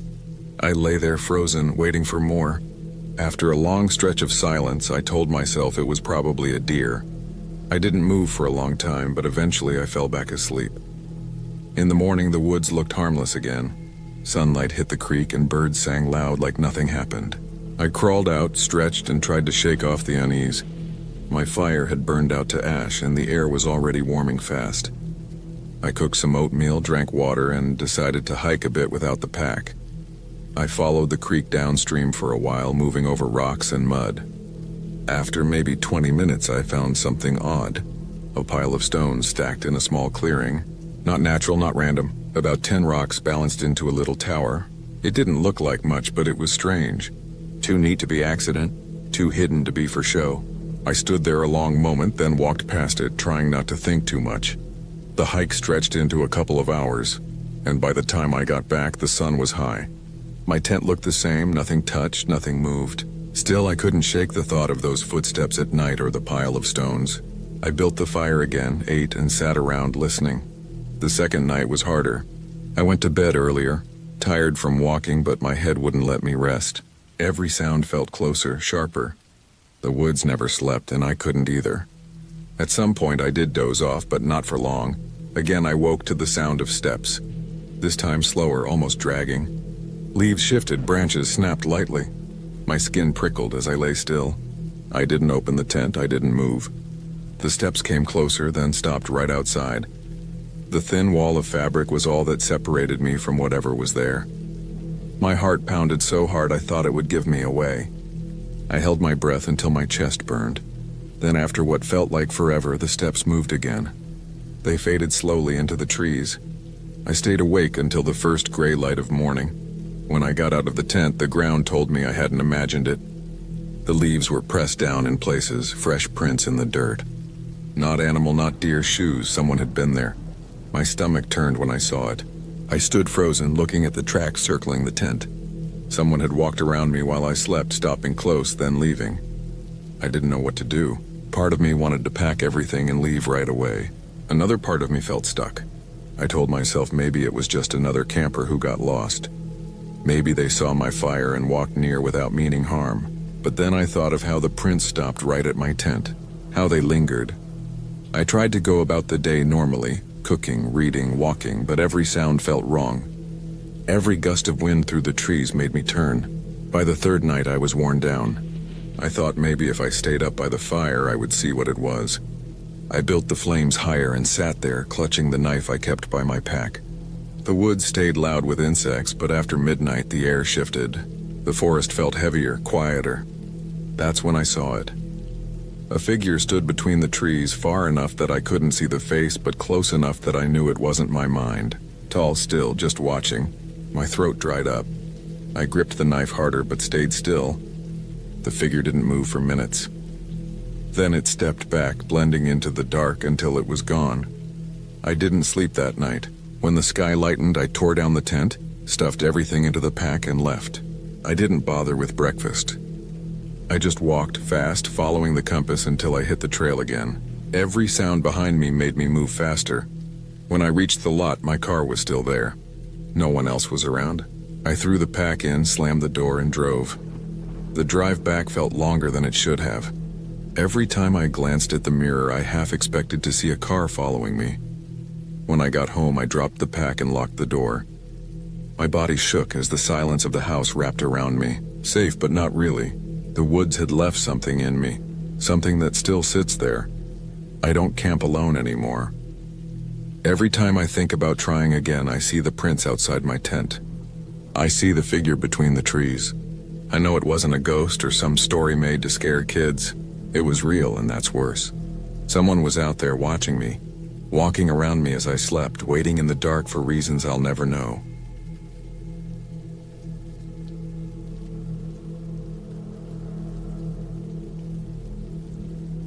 I had been looking forward to that camping trip for weeks. Life in the city had been draining me more than I realized, and I thought some time away from traffic, phone screens, and the constant buzz of people would be good for me. I wanted quiet, the kind of silence you only find deep in the woods. I picked a random spot on the map, an area that wasn't a popular campsite but wasn't completely off limits either. It looked remote, but there were enough old logging roads and trails around that I figured I could handle it on my own. I left early in the morning with my backpack filled heavy but balanced. Tent, sleeping bag, food, water filter, knife, small hatchet, flashlight, and a few other basics.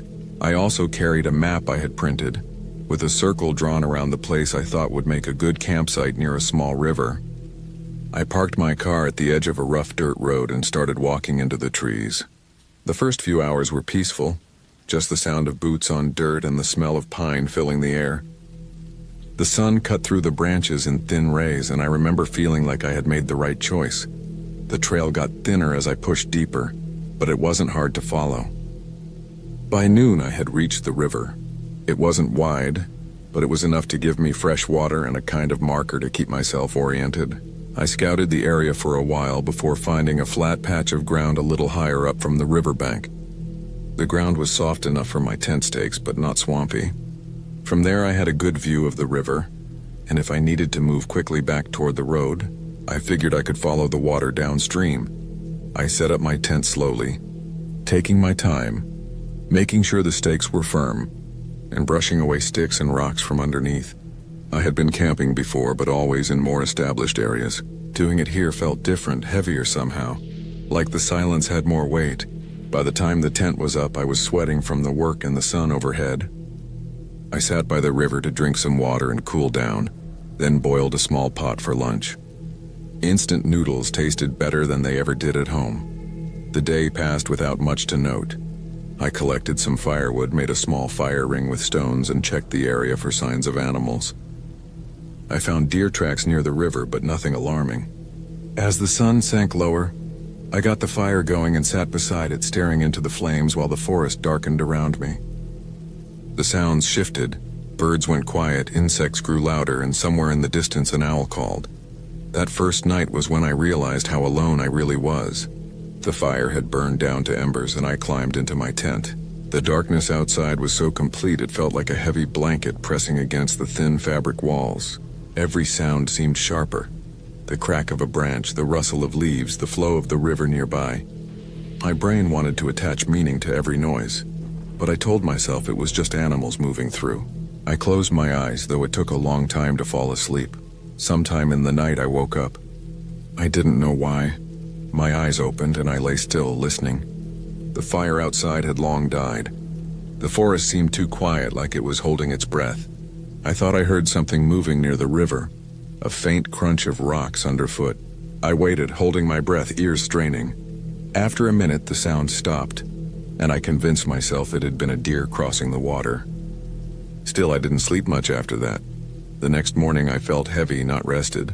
I boiled water for coffee and oatmeal, trying to shake off the unease from the night. I decided to explore upstream, following the river for a while. The forest grew denser, and at one point I found an old fire pit, blackened stones arranged in a rough circle. It looked like it hadn't been used in years. There were no footprints, no gear left behind, just the faint scar of old camping. Something about it unsettled me, though I couldn't say why. I hiked for hours, eventually circling back to my camp. The day was uneventful, though the silence seemed stronger than before. In the city, I hated noise, but out here the lack of it was beginning to wear on me. I kept glancing over my shoulder as I gathered wood, half expecting to see someone there. No one was. That night the unease grew worse. After dark, I sat by my fire longer than I needed to, just because I didn't want to climb into the tent. The flames gave me a sense of control, of visibility. When I finally crawled inside, I left my knife within reach and lay listening again. Sometime in the night, I heard it again. Footsteps near the river. Slow, deliberate. Crunch of stone, then silence. I froze, hardly breathing. The sound moved closer, then stopped again. My mouth went dry. I wanted to unzip the tent and look, but I couldn't bring myself to do it. After what felt like an hour, the noise faded. In the morning, I walked down to the river where I thought the sound had come from. At first there was nothing, just wet stones glistening in the early light. Then I noticed a rock that had been turned over. Darker, damp side facing up. A small detail, but it stuck in my mind. Animals could move rocks, sure, but the way it sat didn't feel random. I crouched there for a long time, staring at it, before finally pulling myself back to camp. The day dragged. I couldn't focus on anything. Every sound snapped my head around. I thought about packing up and leaving, but part of me resisted. I had told myself I wanted to escape the city, and leaving after only 2 nights felt like failure. Besides, maybe I was imagining it. Maybe the silence was making me paranoid. I forced myself to stay busy, cutting more wood, filtering water, rearranging my gear. But as the sun dropped, my chest tightened again. That night I didn't sleep at all. I sat up in my tent, flashlight in hand, knife resting on my leg. I heard the footsteps again, closer this time. Something or someone was moving slowly just beyond the trees. Every hair on my body stood on end. I gripped the knife so hard my hand ached. At one point I swore I heard breathing, faint but there. Not an animal snort, not wind, but steady breath. I held still, staring at the thin fabric wall of the tent, waiting for a shadow or a hand to press against it. Nothing did. After hours the sound stopped, but my nerves didn't. By morning I had made my decision. I was leaving. I packed everything quickly, hardly bothering to eat. The forest felt different, like it was watching me. I kept glancing behind me as I followed the river back toward the dirt road. Every step I expected to hear footsteps behind me, but there was only silence. The weight of my pack bit into my shoulders, but I pushed myself harder. When I finally saw my car through the trees, relief washed over me. I dropped my pack into the trunk, climbed in, and locked the doors. My hands shook as I gripped the steering wheel. As I started the engine, I looked back once more at the line of trees. They stood there silently, revealing nothing. Whoever or whatever had been out there, I didn't want to know. I drove away, not slowing down until the forest was far behind me. In the end, I never figured out what I heard at night. Maybe it was a person passing through. Maybe someone living off-grid. Or maybe just my mind twisting animal noises into something worse. But I know what I felt.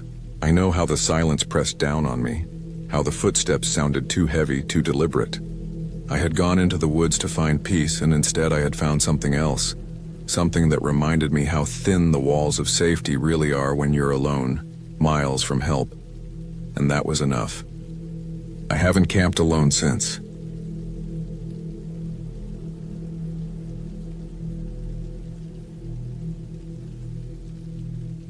I had always liked being outdoors, though I never thought of myself as a survival expert or anything close to it. Most of my camping trips had been casual ones, the kind where you pack a cooler, pitch a tent not too far from the car, and spend more time roasting hot dogs than actually exploring. But that summer I wanted something different. I wanted to go somewhere quieter, deeper into the woods, away from the usual campsites where kids rode bikes and families played loud music around their fires. I wanted silence, the kind where you could hear your own heart beating if you stayed still long enough. I chose a spot almost randomly. On a map, it looked like nothing special, just a wide stretch of forest broken up by a creek and a few unmarked trails. There wasn't much about it online, only a few scattered mentions by hikers who passed through but didn't stay overnight. That appealed to me. The less attention it had, the better chance I had of being completely alone. I packed light, but enough to be comfortable. A tent, sleeping bag, small propane stove, food for 3 days, a water filter, a flashlight, and a knife I always carried on trips even though I'd never needed it for more than cutting rope. I left my phone on airplane mode except for the GPS. I didn't want distractions, but I did want to know where I was in case I got turned around. The first day went smoothly. I parked along a dirt road that faded into a trail, slung my pack over my shoulders, and started walking. The path wasn't well kept, but that was fine. I moved slowly, sweating in the humid air, stopping now and then to drink water and listen. Birds chirped in short bursts. Insects droned constantly, and every so often I heard branches snap in the distance, probably from deer. The farther I went, the more the outside world disappeared. No traffic, no voices, no planes overhead, just the weight of trees pressing in from every side. By mid-afternoon, I found a flat clearing near the creek. It looked perfect.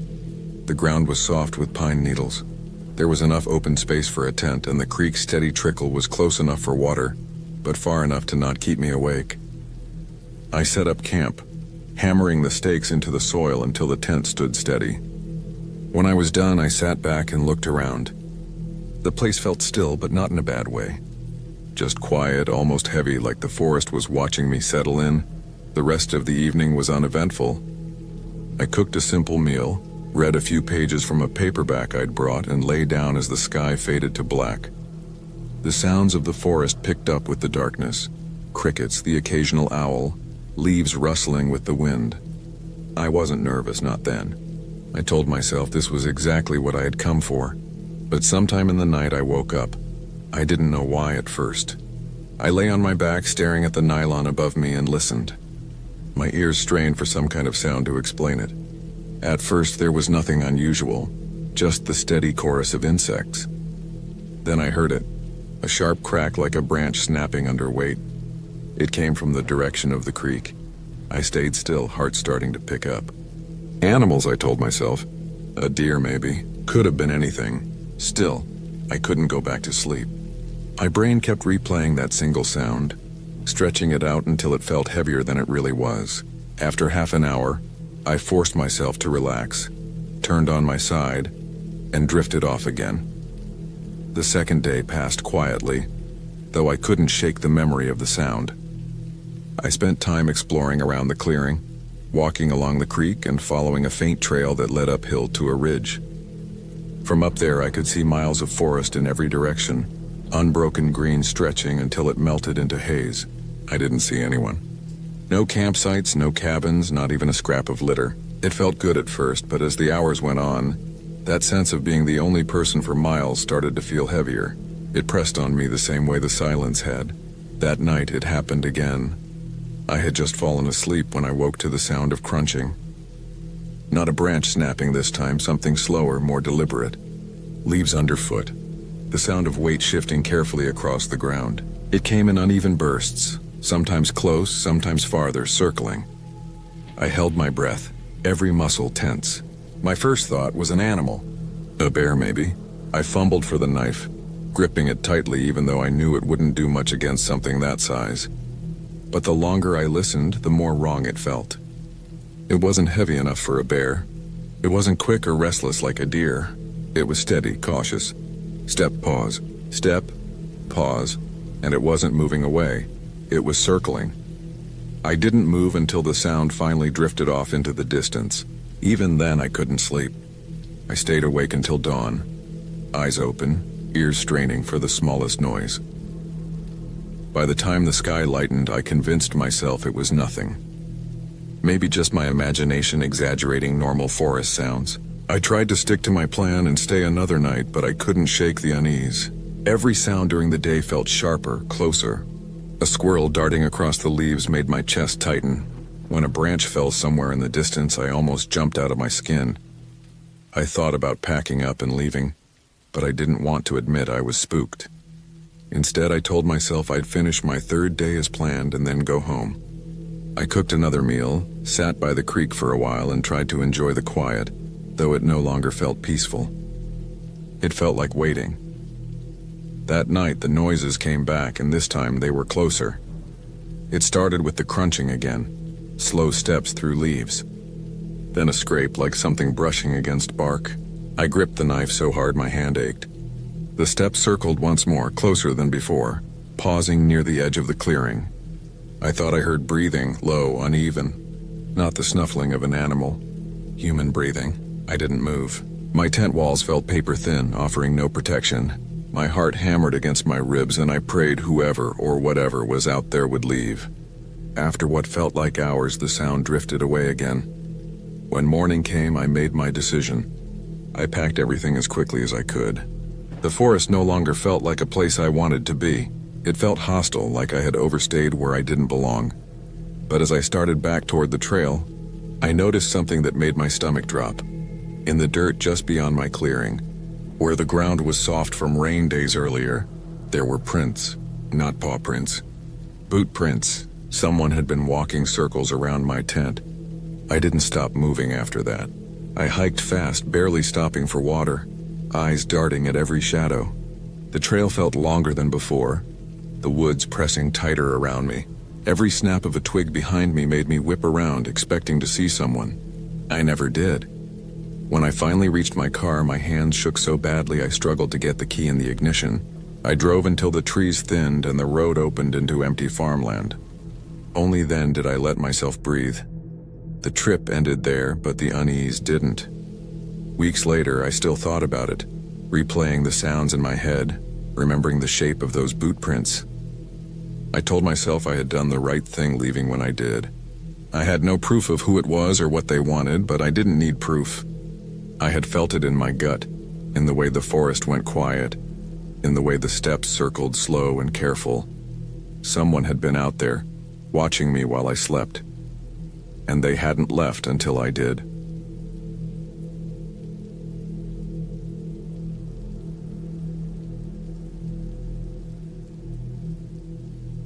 I had planned the camping trip for weeks before I finally went.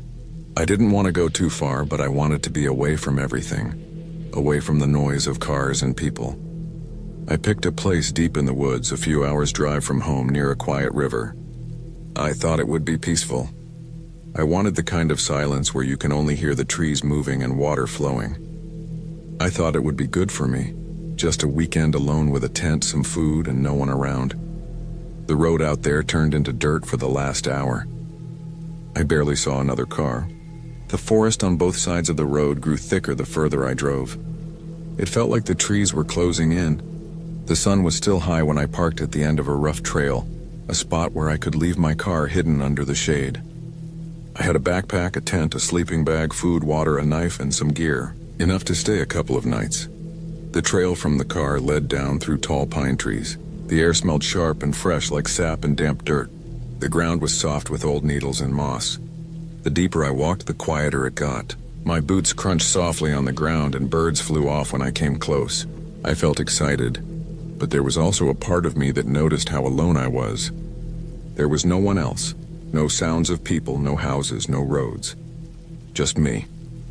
After about 40 minutes of walking, I reached the river. It was wider than I expected, slow-moving with brown water that looked deeper in the middle. The banks were muddy in spots, but I found a patch of grass with enough space for my tent. Tall trees stood on 3 sides, and the water stretched on in front. It felt private, almost hidden. Perfect. I set up my tent first, a small 2-person one I'd bought years ago. The ground was soft but flat enough. I hammered the stakes in, laid out my sleeping bag, and set up my pack inside. Then I gathered wood. I didn't plan to make a huge fire, just enough to cook and keep warm. The sun was still up, but I knew how quickly it would drop. I worked carefully, stacking the wood by size, scraping some dry bark for kindling. When I finally sat down, I looked around and realized just how far out I was. No cell signal, no sound of traffic. Just the river, the faint hum of bugs, and the rustle of wind through branches. It was what I wanted, but it also gave me a strange feeling in my stomach, like I was being watched even though I knew it was only my own mind making it up. That night, after eating a simple meal by the fire, I sat there for a long time. The fire popped and hissed. The trees swayed and groaned as the wind moved through them. At one point, I thought I heard something moving on the other side of the river, but when I stared into the darkness, I couldn't see anything. It was probably an animal. There had to be deer, maybe raccoons, maybe even a bear around here. I tried not to think about it too much. When I finally lay down in the tent, the fire was only embers. The woods were pitch black outside. I listened for a while, but only heard the same sounds. Water moving slowly, insects buzzing. My body felt heavy after the long day, and eventually I fell asleep. I woke up sometime in the middle of the night. I didn't know what time it was because my phone was off to save battery. At first I didn't know why I had woken up, but then I realized I heard something. It was faint, but it was there. Footsteps, slow crunching footsteps on the ground outside my tent. I froze. My heart started to hammer in my chest. I told myself it had to be an animal. A deer maybe, or something sniffing around the campsite. I held my breath and listened. The steps moved closer. They didn't sound heavy, but they weren't small either. They moved in a way that made me sure it wasn't 4 legs. It was 2. I lay there in silence, staring at the thin fabric wall of my tent. I couldn't see out, but if someone was standing there, they could probably see the shape of me lying inside. The steps stopped. I didn't hear anything for a long moment, just my own pulse in my ears. I reached slowly for the knife I had kept by my sleeping bag. My hand closed around it, my palm sweating. I wanted to unzip the tent and look, but I was afraid of what I might see. I thought maybe if I stayed quiet, whoever or whatever it was would go away. After what felt like forever, I heard the steps again, moving back toward the trees. Fading, then gone. I lay awake for the rest of the night, knife in hand, staring at the roof of the tent, every little sound making my body tense up. When morning finally came, I stepped outside, squinting in the gray light. The grass was wet with dew. The fire was cold. At first everything looked normal, but then I noticed the ground near my tent. Prints, clear prints, shoes, not boots, not bare feet, but shoes. They were deep enough in the dirt to be fresh, like someone had been walking there just hours earlier. I felt sick to my stomach. I walked slowly around the campsite looking for more. There were a few prints near the edge of the trees leading back into the woods. They weren't mine. I knew exactly where I had walked, and these came from a different direction. The thought hit me hard. Someone had come into my camp at night. They had walked around while I was asleep. The rest of the day I felt on edge. I tried to calm myself down, telling myself it could have been a hiker, maybe someone passing by.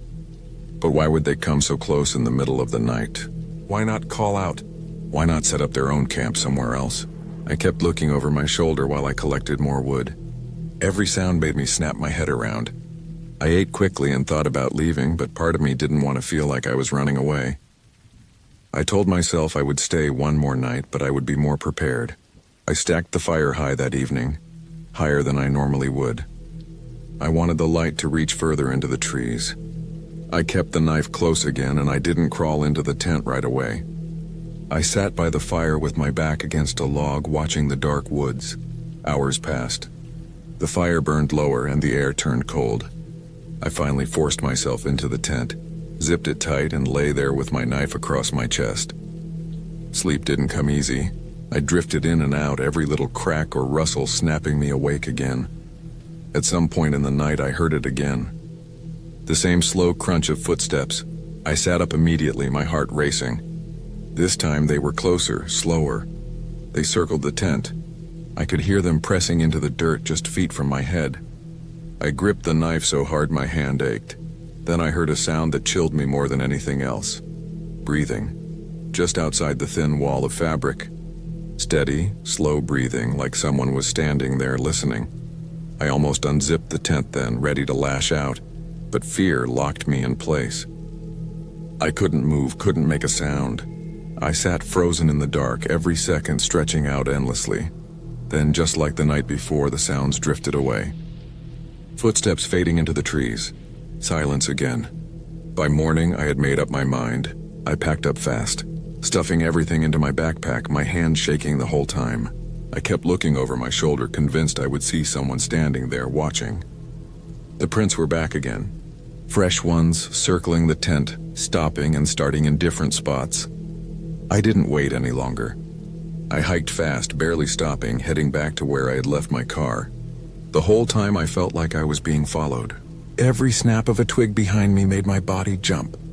My pack felt heavier with every step, the trail stretching on longer than it had before.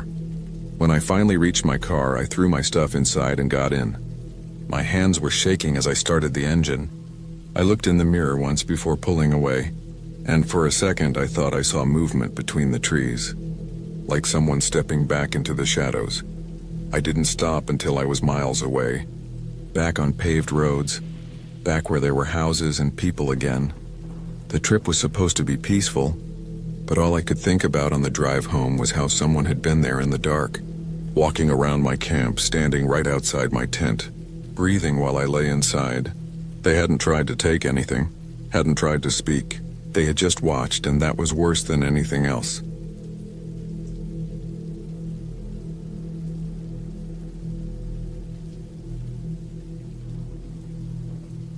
I had been planning a short trip out into the woods for a while. Life in the city was getting too loud and messy, and I wanted a couple of days with no cars, no phones, and no one around me. I packed light.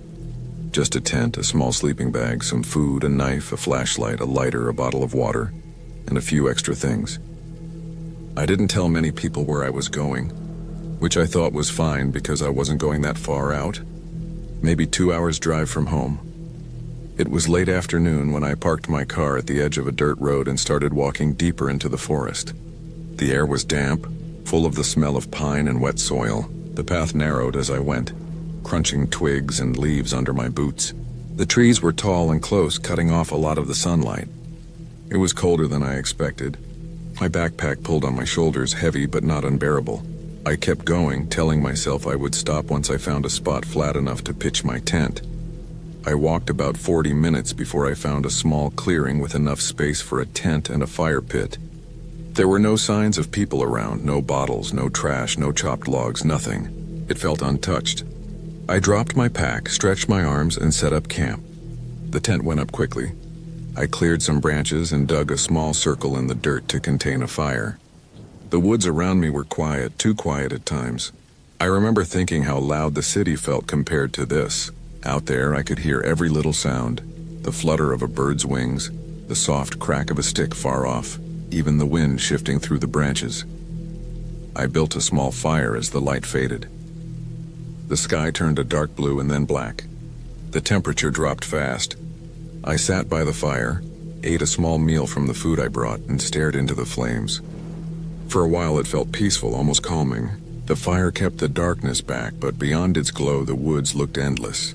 The shadows between the trees felt heavy, like they were pressing in closer the longer I sat there. I tried not to think about it. I kept the fire going until I felt tired. Then I crawled into my tent, zipped it up, and lay in my sleeping bag. At first I couldn't sleep. My ears kept picking up small noises. A branch snapped somewhere. Leaves rustled. At times it sounded like footsteps, slow and steady, but then it would stop. I told myself it was probably just animals moving through, Rabbits, deer, raccoons, maybe even a fox, still lying there in the dark with thin nylon walls around me. Every sound felt too close.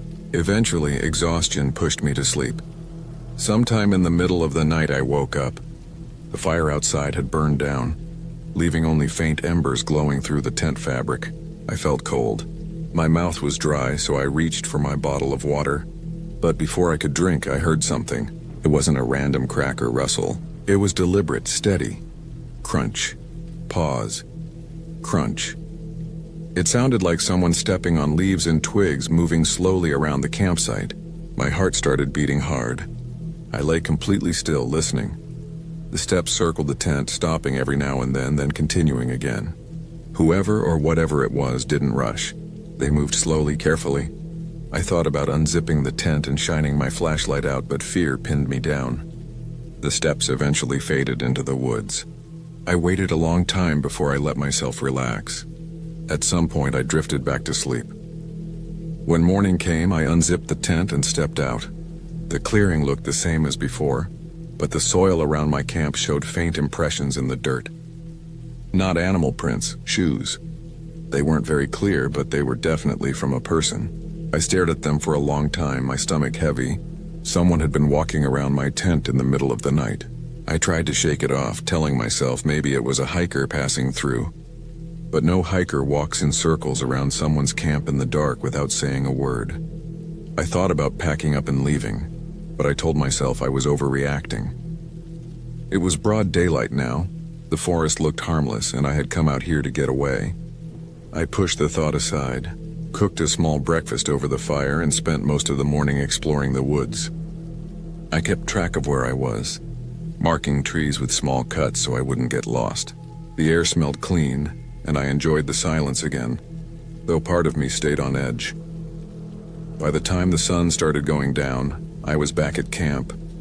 I made another fire, ate, and sat close to the warmth.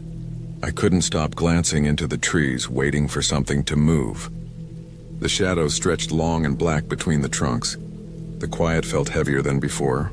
My stomach stayed tight. I kept the fire bigger than last night, feeding it more wood. When I finally forced myself into the tent, I lay awake longer this time. I held my flashlight in one hand, the knife in the other, tucked inside the sleeping bag. My ears strained for every sound. Hours passed before I finally drifted off. I woke again in the middle of the night. This time I didn't just hear footsteps. I heard a sound that froze me completely. The faint tearing sound of fabric. I realized it was coming from my tent. I looked toward the side where the noise came from, and the fabric bulged slightly like a hand pressing against it from outside. My heart hammered so hard I thought it would burst out of my chest. I gripped the knife tighter, holding my breath. The pressure on the tent stayed for a moment, then slowly slid down. The sound of footsteps moved away again, fading into the trees. I stayed frozen, knife shaking in my hand. I didn't move for the rest of the night. At the first light of morning, I unzipped the tent and looked at the spot. The fabric had a faint slice in it, maybe an inch long. Not enough to tear through, but enough to leave a mark. My mouth went dry. Someone had dragged a blade or sharp object across my tent while I was inside. I packed up quickly, stuffing everything into my bag with shaking hands. I decided I was leaving right away. I doused the fire with water, kicked dirt over the ashes, and swung the pack onto my shoulders. The woods felt different now, hostile. I started walking fast toward where I thought the car was. The trail looked familiar at first, but as I went deeper, I realized something was wrong. I couldn't find the trees I marked yesterday. I must have taken a wrong turn. My chest tightened as I spun in a slow circle, trying to find the right way. Hours passed. The forest felt endless. I tried to stay calm, but every time I stopped to listen, I swore I heard something behind me. A faint snap, a shuffle, then silence. Like someone was keeping distance but never leaving. By late afternoon, I stumbled onto a shallow stream. I decided to follow it, hoping it would lead me back to the road. My legs ached, my shoulders hurt from the pack, and my throat burned with thirst. The stream gave me some water, though I knew it wasn't safe without boiling. I drank anyway. The sun dipped lower, shadows stretching longer. I kept walking, but as night fell, I had no choice but to stop. I set the tent again, though I didn't want to. I barely built a fire, too afraid the smoke might give away my location. even though part of me knew someone already knew. I sat in the dark, clutching my knife, eyes darting at every noise. That night was the worst. I didn't just hear footsteps. I heard breathing. Soft, low, just outside the tent. My skin prickled, my body shaking uncontrollably. Whoever it was didn't move for a long time, just stood there breathing. Then finally the sound drifted away into the woods. I didn't sleep at all. When morning came, I shoved everything back into the pack and pushed on. My legs felt like lead, but I forced myself to keep walking. The stream finally widened, and after what felt like forever, I saw a break in the trees ahead. The dirt road, my car. Relief hit me so hard I almost collapsed. I ran the last stretch, tossed my pack into the back seat, and fumbled with the keys. My hands shook so badly I dropped them once before getting the engine started. I slammed the door shut, locked it, and drove off without looking back. The whole drive home, my eyes flicked to the mirrors, half expecting to see someone following. No one was there, but the feeling stayed with me. Even now, I can't shake it. Whoever was in those woods wasn't just passing through. They had been watching me, circling me, and I'll never know what would have happened if I had stayed another night. I haven't gone camping since. I don't know if I ever will again.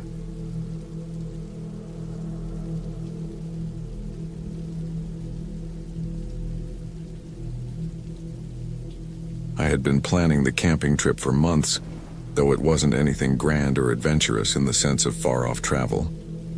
It was just me wanting to get away from the city, from the noise of traffic, from the constant glow of screens and the endless rush that felt like it was swallowing my life whole. I picked a forest that wasn't too far from home, but far enough that I wouldn't hear cars or see lights at night. I wanted the quiet. I wanted the kind of silence you only get when you're surrounded by nothing but trees, dirt, and sky. I packed heavier than I should have for just one person. A large hiking backpack stuffed with food, water, cooking gear, clothes, a tarp, my tent, sleeping bag, lantern, knife, first aid kit, rope, and other small things I thought I might need. I didn't want to be careless. I told myself I'd rather carry a sore back than be stuck regretting not bringing something when I was already out there. The trail I had chosen wasn't one of the popular ones.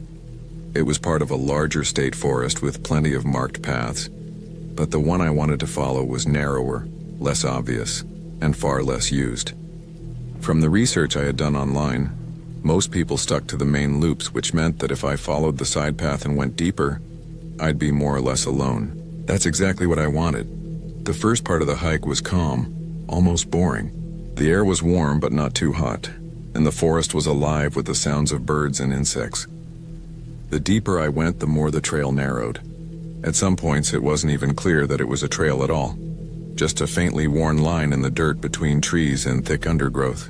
By the time I had been hiking for a couple hours, I knew I was already much farther than anyone else would normally go.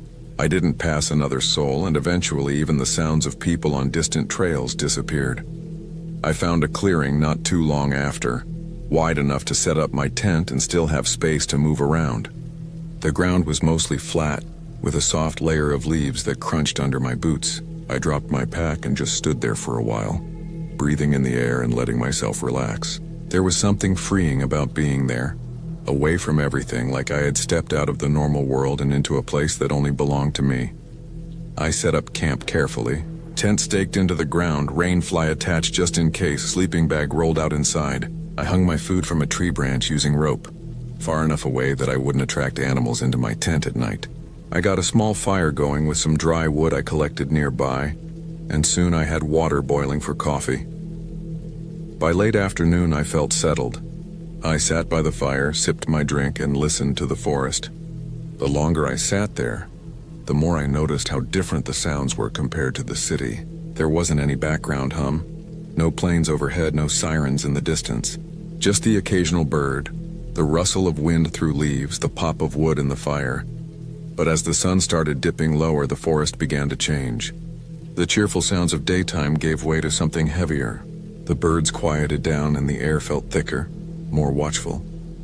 I tried not to read too much into it, reminding myself that it was natural. Forests go quiet at dusk. Predators start moving, smaller animals hide. That was all it was. When darkness finally fell, it came fast. I had my lantern lit by then, casting a circle of pale light around my camp. The fire was burning low, but I kept feeding it pieces of wood to hold on to the warmth. Sitting alone in the dark forest was different than I thought it would be. In my head before the trip, I imagined it would be peaceful. In reality, it was a lot heavier than that. The silence wasn't relaxing. It pressed in like the trees were closing around me.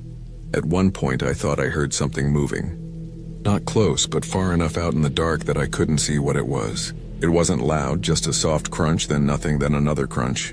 I froze where I sat, every muscle tense, trying to listen harder. The sound came again, a little to the left this time. I gripped the handle of my knife even though I knew it was ridiculous. The forest is full of animals. Deer, raccoons, coyotes. It could have been anything. Still, the thought of something walking around out there in the dark while I sat alone made my skin crawl. I kept the fire alive longer than I planned to, feeding it until I was nearly out of the smaller sticks I had gathered earlier. Only when I was almost too tired to sit upright did I finally let it burn down to embers and crawl into my tent. Inside the tent, I zipped myself in and tried to settle down, but I couldn't shake the feeling of unease. The ground felt harder than I expected, and every sound outside seemed amplified. A twig snapping made me hold my breath. Leaves rustling made me picture something brushing past my camp. My own heartbeat sounded too loud in my ears. It must have been past midnight when I finally drifted into a light, uneasy sleep. I woke up what felt like hours later to another sound. This one wasn't like the soft crunching from before. It was closer, much closer. I lay frozen in my sleeping bag, listening. The sound was distinct this time, footsteps. Slow, heavy, deliberate, not the skittering of a raccoon or the light steps of a deer. These were heavier, human heavy.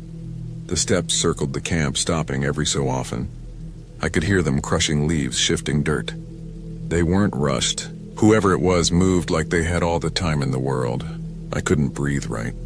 My chest felt tight and I held still, terrified that even the sound of me moving would give me away. The footsteps paused right outside my tent.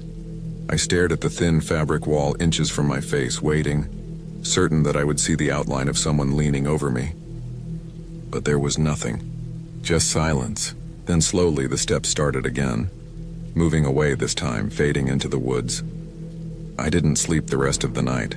I just lay there, clutching my knife, straining to hear anything else. When daylight finally came, I stepped outside, exhausted and shaky. My fire pit was cold, my lantern had gone out, and the forest around me looked calm and harmless. But the ground told a different story. I saw them almost immediately, prints in the dirt. Not animal tracks. Boots, clear as day, circling my camp. The air felt heavy in my chest as I followed the prints a little way out. They didn't come from the trail. They came from deeper in the forest, from a direction I hadn't even looked at when I set up camp. They circled me, stopped by my tent, then disappeared back the way they came. I packed my things fast, every nerve in my body screaming that I shouldn't be there anymore. I wanted to leave right away, but the problem was I was farther in than I thought. It wasn't a quick walk back. I knew if I rushed and made mistakes, I could get myself lost, and that might be worse than staying calm and moving carefully. So I walked. Every step I took, I kept glancing over my shoulder.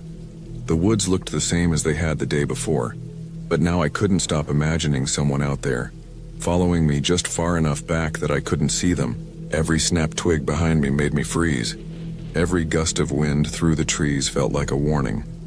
It took me hours to get back near the main trail. By then my legs ached, my throat was dry, and my nerves were raw.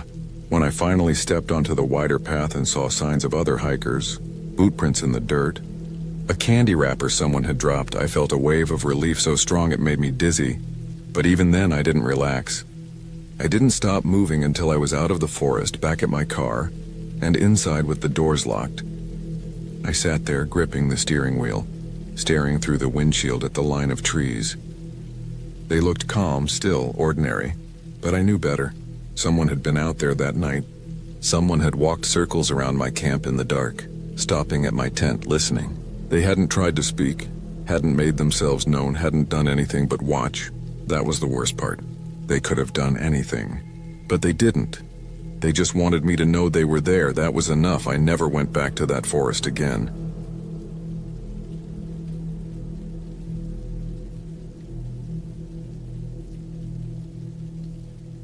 I had not planned on camping alone that weekend, but plans changed last minute. A friend of mine was supposed to come with me, but something came up for him at work and I didn't want to cancel. I had already packed my gear, bought food, checked the weather, and mentally prepared myself for 2 nights out in the woods. I told myself it would be good for me to go out there alone, just to push myself a bit. I had done solo hikes before, but never an overnight trip deep in the woods.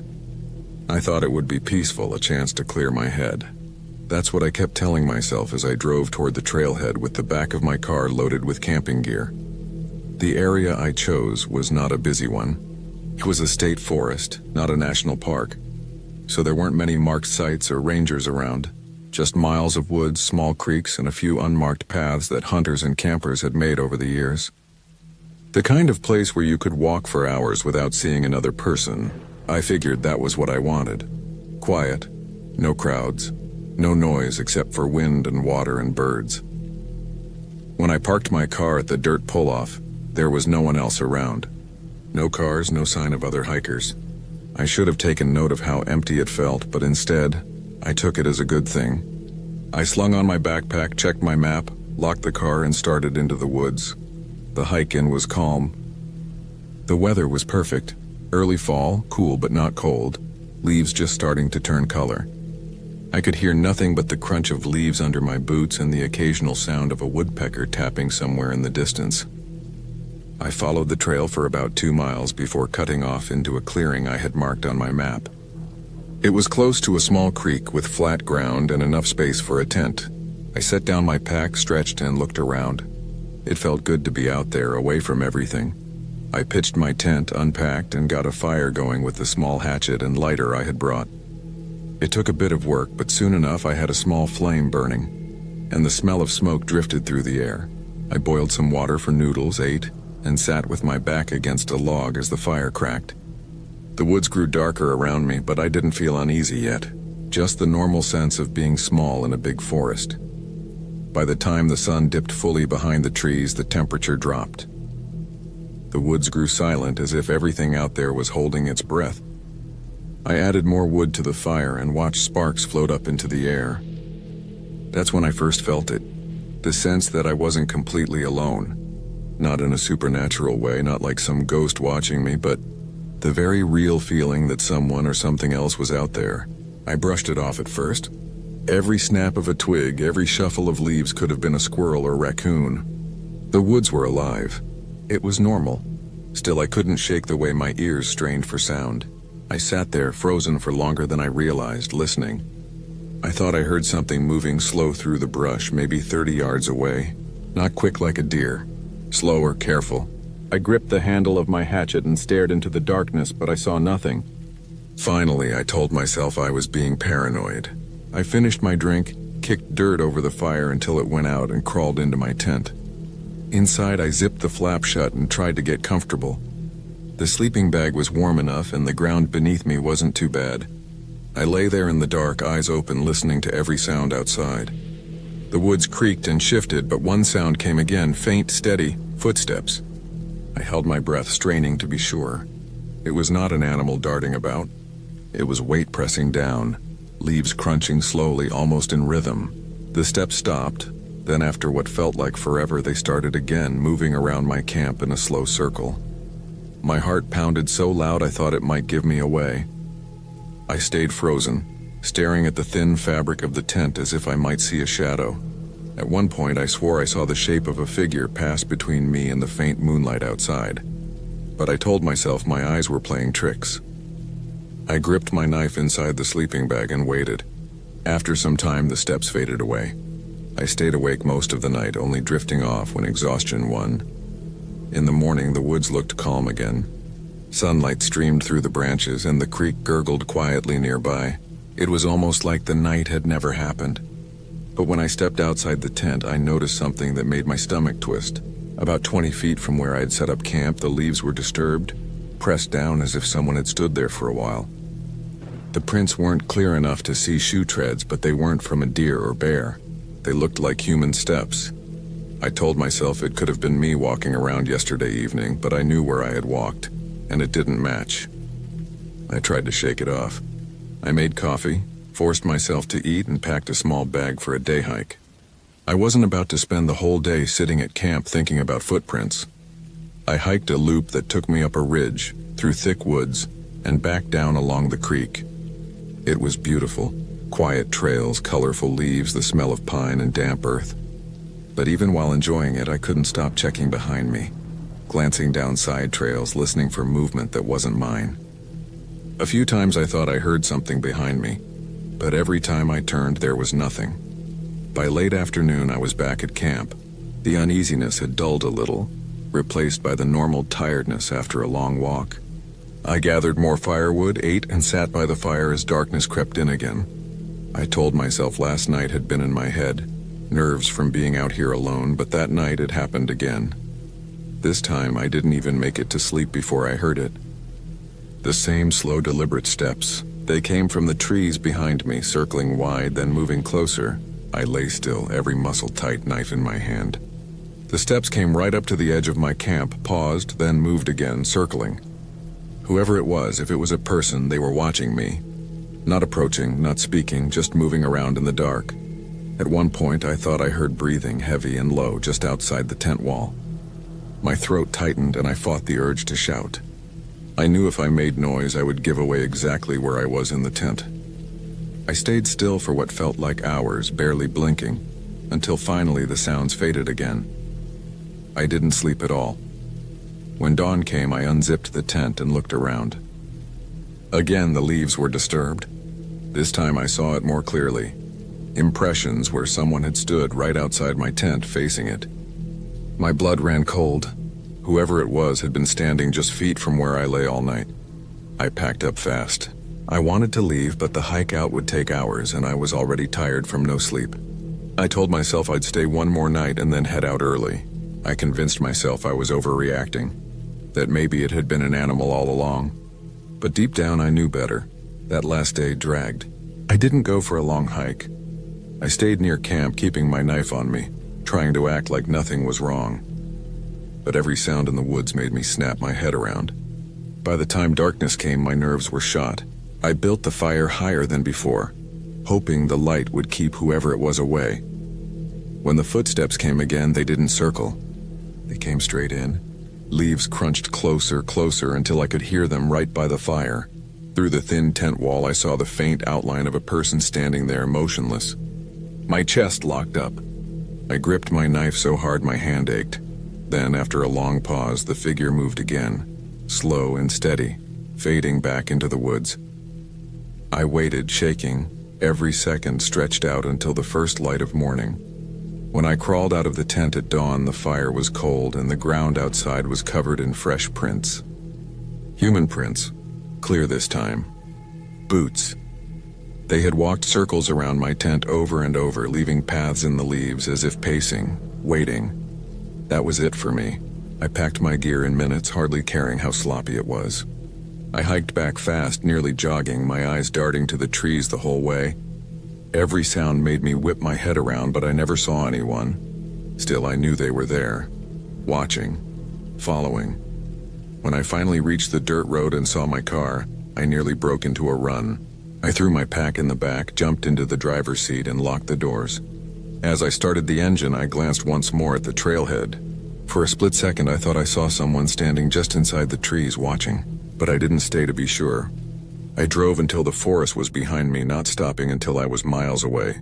I don't know who was out there, or why they circled my camp for 2 nights. Maybe they were just trying to scare me. Maybe they were waiting for me to let my guard down. I'll never know. But I know one thing for certain. I will never camp alone again.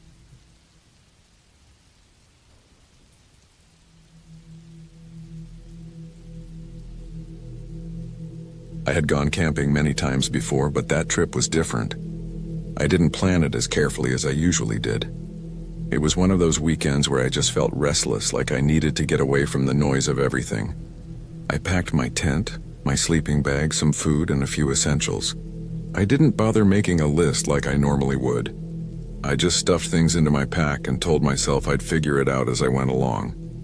The drive out to the forest was quiet. I took a narrow road that cut through long stretches of farmland before winding into the hills. The weather was cool, cloudy but not threatening rain, and the trees were already shifting toward autumn colors. I rolled down the window a little to feel the air and smell the dampness of leaves. For a while I felt calm, the way I always did before a night outdoors, away from everything. When I reached the trailhead, there weren't any other cars in the gravel lot. That didn't surprise me. It wasn't a popular spot, and it wasn't a weekend when most people would come out. I slung my pack over my shoulder and locked the car. The silence hit me right away.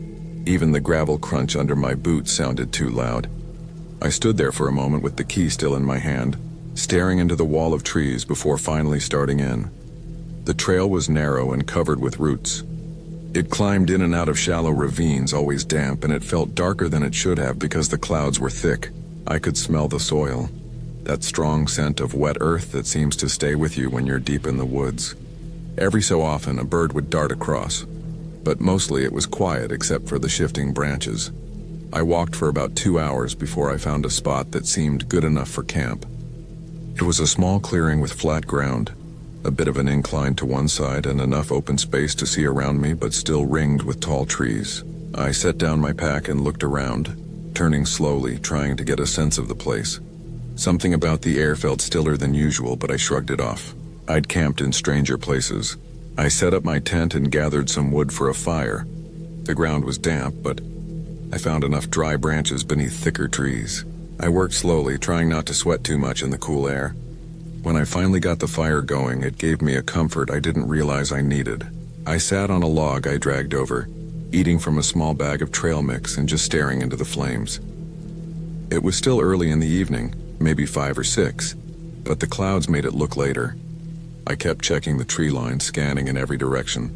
I wasn't nervous yet, but I noticed how quiet everything was.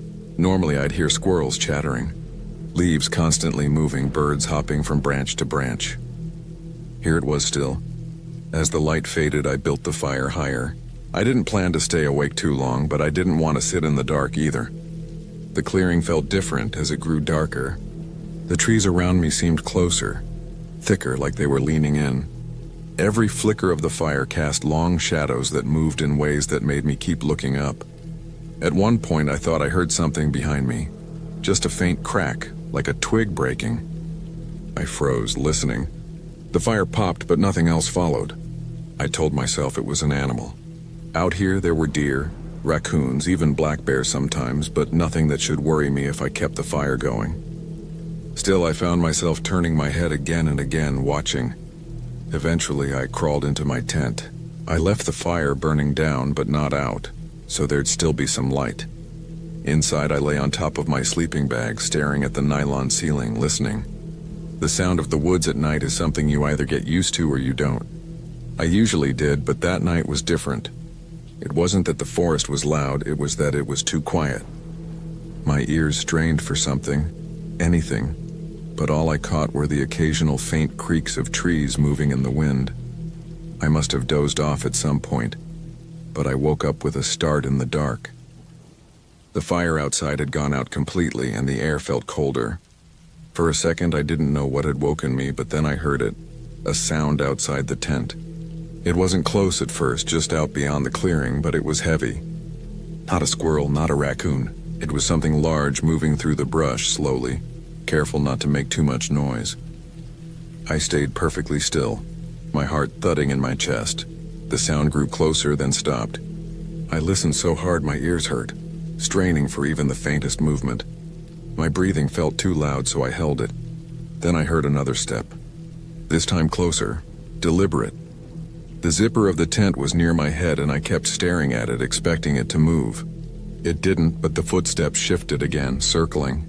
I realized then it wasn't just an animal wandering.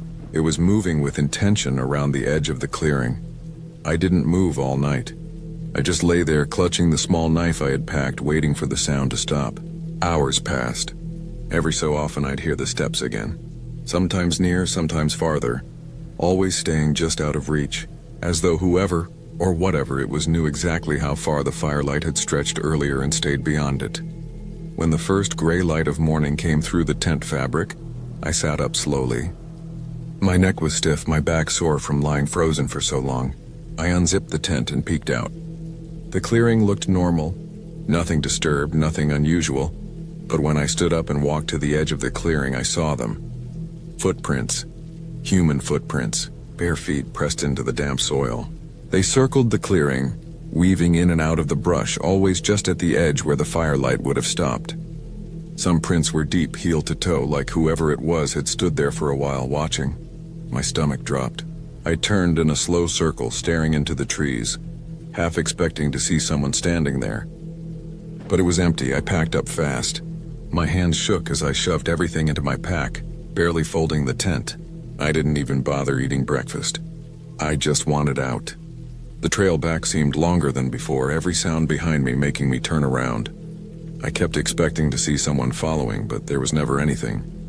When I finally reached the parking lot, my car was the only one there, just like before. But on the hood, smeared across the dust of the paint, was a handprint. A bare, dirty handprint pressed into the metal. I stood there staring at it, feeling my throat tighten. It was too big to be mine, and I hadn't touched the hood since arriving. Whoever had been out there had followed me all the way back. I unlocked the car and threw my pack in, my hands almost dropping the keys. I drove fast, not looking in the rearview mirror, not stopping until I was miles away. That was the last time I went camping alone.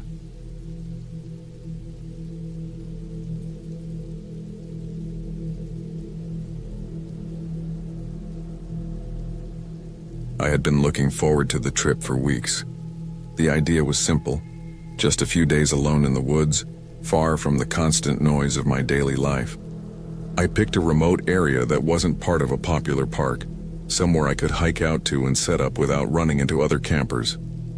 The map showed some logging trails that cut deep into the forest, and from there I could branch off and make my own spot.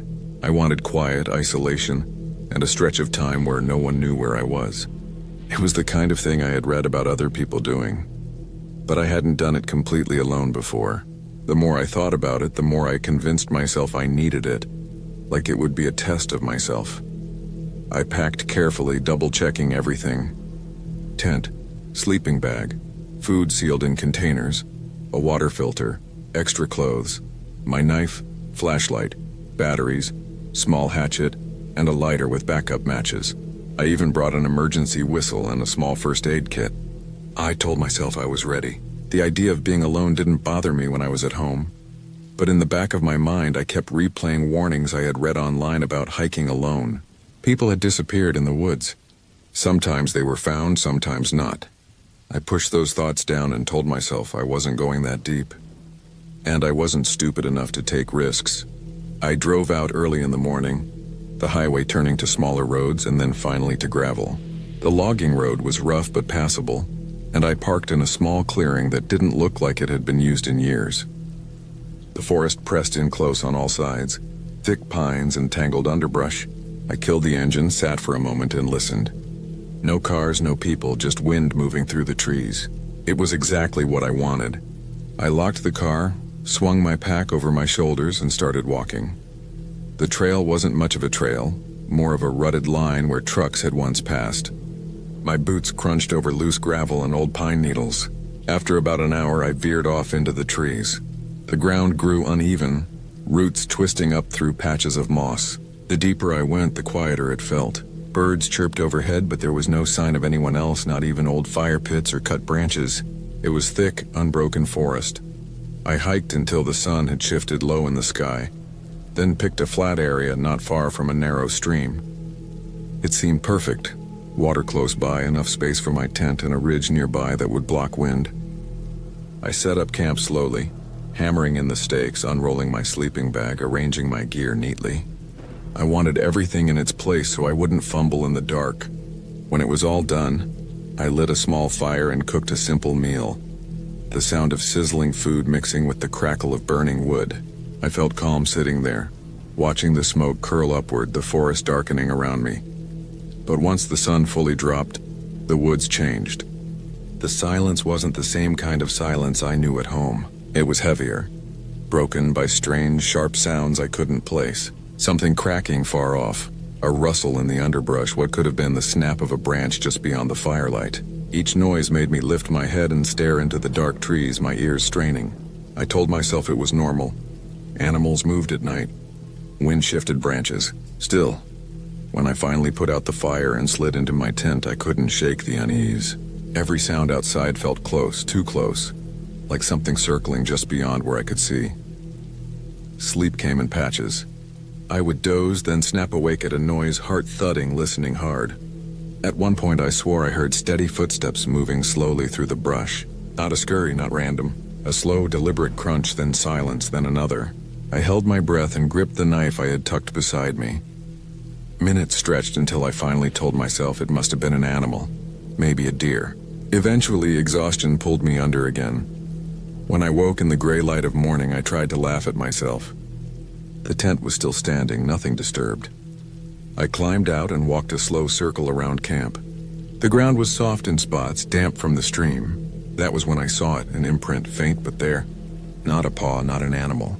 A boot tread, pressed into the mud just a few yards from where I had set my fire. My stomach dropped as I crouched to look closer.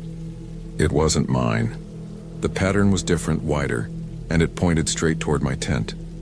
I stood there for a long time, staring at it, waiting for some other explanation to come to me.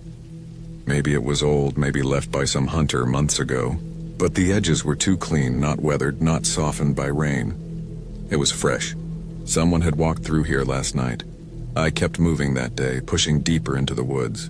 I told myself it was fine, that whoever it was had probably just been passing through, maybe hunting. Still, I couldn't shake the image of someone standing out there in the dark, just watching. I checked behind me more than once, scanning the trees, certain I saw shapes that vanished when I looked harder.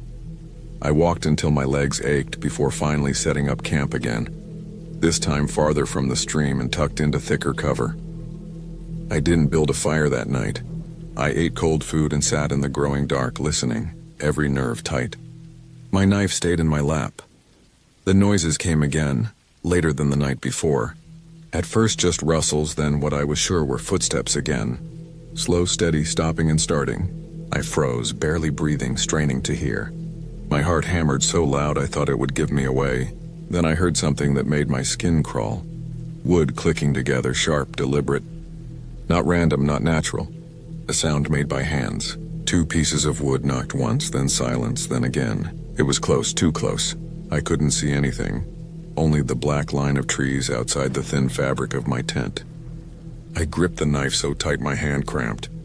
I stayed that way until the sounds faded, until hours later the forest was quiet again. I didn't sleep at all.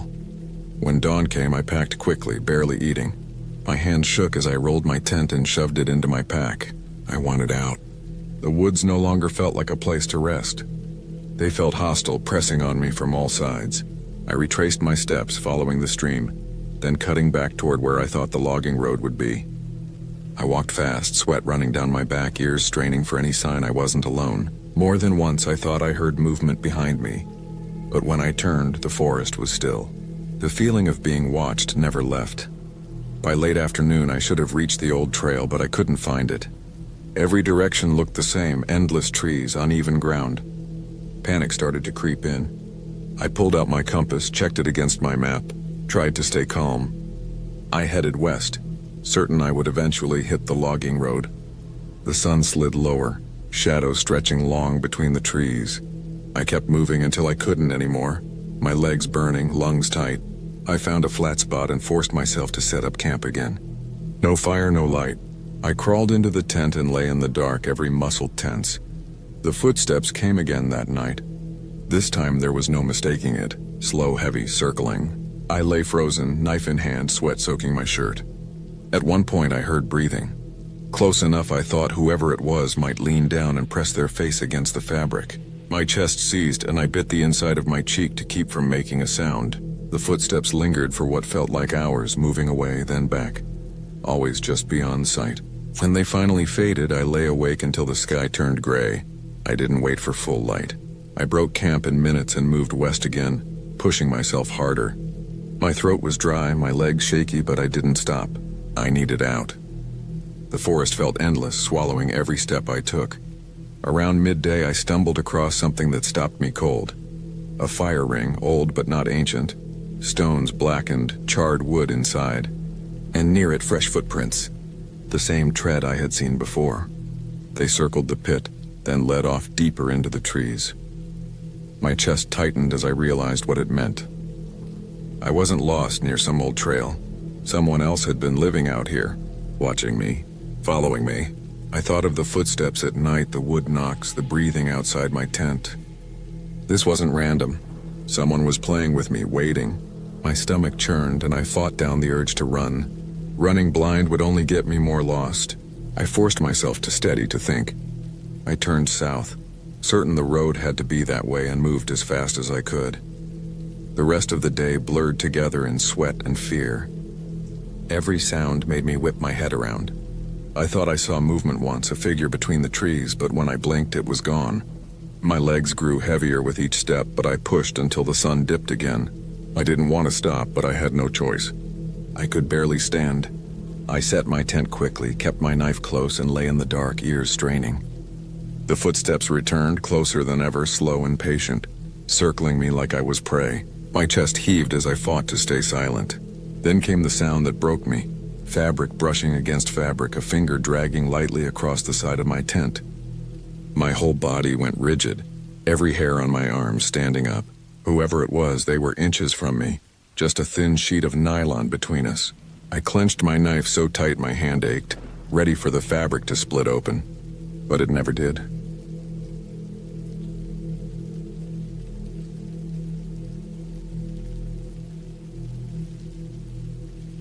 I had not gone camping alone in a long time, but for some reason that summer I wanted to do it.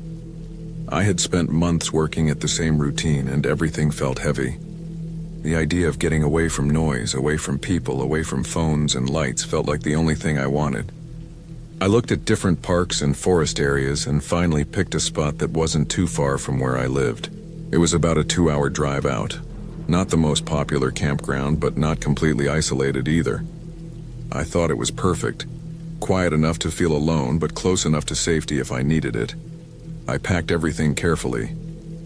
I had a small tent, a sleeping bag, cooking gear, extra clothes, water, a flashlight, and even a small hatchet for chopping wood. I made sure to bring enough food that would last me for 3 days. Most of it was canned or dry stuff, things that wouldn't spoil.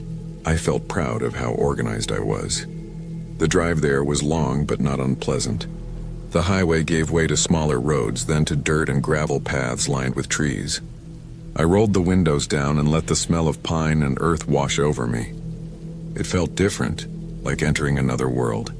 The deeper I went, the fewer signs of people I saw. The road got bumpier, and I could see patches of sunlight breaking through the thick canopy above. When I reached the small parking area, I noticed only 2 other cars there. That gave me comfort. I wasn't completely alone, but it wasn't crowded either. I parked, grabbed my backpack, and started the short hike toward the camping area. The trail was well marked with signs every so often, and I followed it until I found a small clearing. The space had enough flat ground for my tent and was far enough from the water to avoid bugs, but close enough that I could still walk there easily. Setting up camp took less than an hour. I spread out the tarp, pitched the tent, and laid out my sleeping bag. I stacked firewood, made a ring of stones for the fire, and even set up a folding chair. The moment everything was done, I sat there and just looked around. The trees stood tall and quiet. The breeze moved through the leaves and the sound of birds carried in the air. I felt calm. The first night was uneventful. I cooked some beans on my small stove, ate slowly, and listened to the forest settle down. When the sun went down, I lit my fire and sat by it until the stars came out.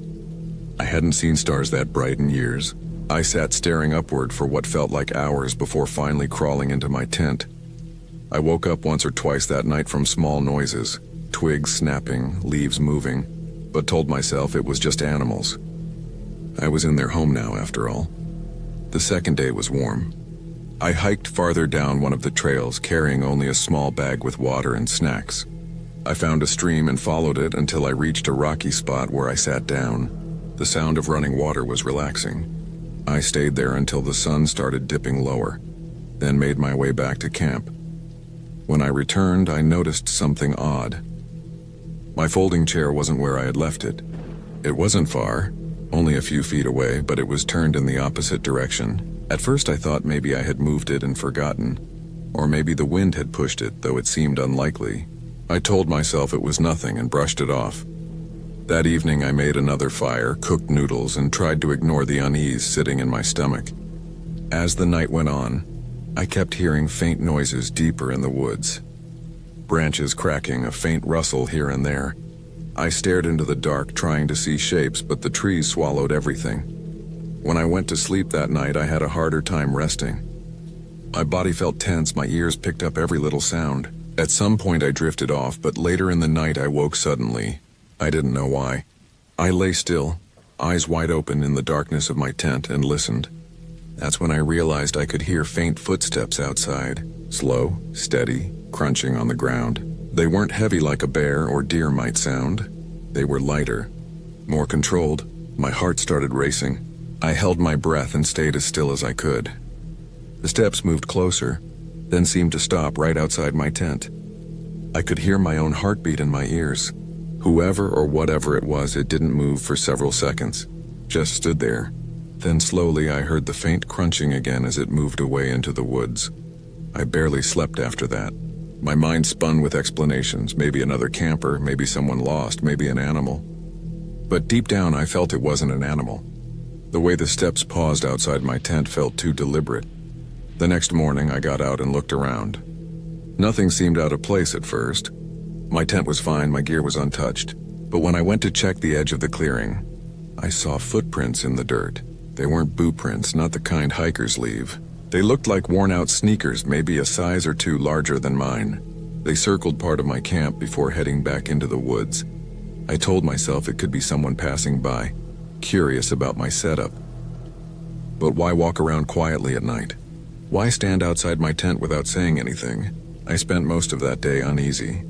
I tried to distract myself with small chores, collecting wood, cleaning up, making food, but my eyes kept darting to the tree line.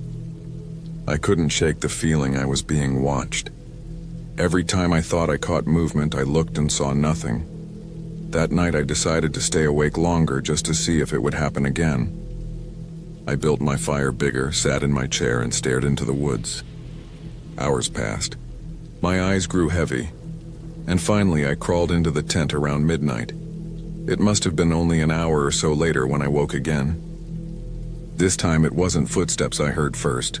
It was the sound of my folding chair moving, a faint scrape like it was being dragged on the dirt. My stomach tightened. I lay frozen listening. Then came the steps again, slow and steady. They circled the tent once, twice, then stopped. I couldn't take it. I grabbed my flashlight and flicked it on, pointing it toward the tent wall. The thin fabric glowed, and for a second I thought I saw a shadow shape standing just a few feet away. My hands trembled as I unzipped the door and shined the light outside. No one was there. The chair, however, was no longer by the fire. It was closer to my tent now, facing directly toward the flap. I didn't sleep the rest of that night. I sat with the flashlight in my hand until dawn finally came. By morning, my nerves were shot. I thought about leaving, but part of me hated the idea of packing up in fear. I told myself maybe it was some local messing with me. Maybe another camper trying to spook me.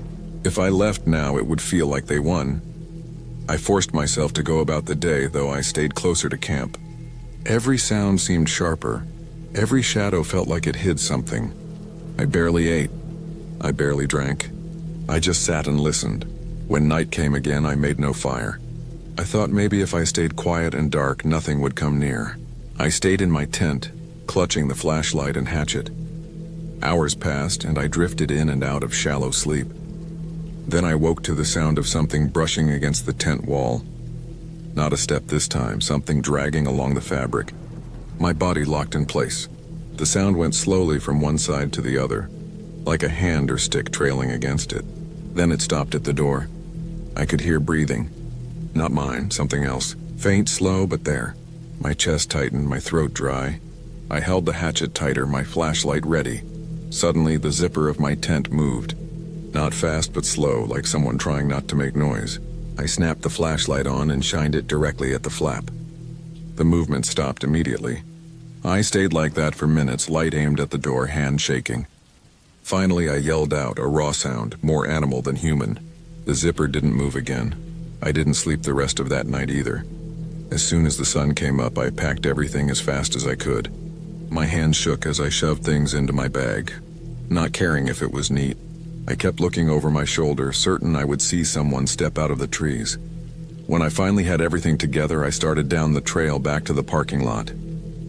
The forest felt different now, heavier, more silent, like it was holding its breath. I walked fast, nearly running at times, until I saw the edge of the lot. Relief washed over me when I spotted my car still there, but as I got closer, my stomach dropped again. On the driver's side window, smeared into the dust of the glass, was the outline of a hand. A single print, long fingers pressed firmly into the dirt. I stood frozen, staring at it, my mind spinning. Whoever had been out there had followed me all the way back. They had been at my car at some point during those nights, maybe even watching me from the trees when I arrived. I got in, locked the doors, and started the engine with shaking hands. I didn't look back as I pulled onto the gravel road and drove until the forest was behind me. That was the last time I ever camped alone.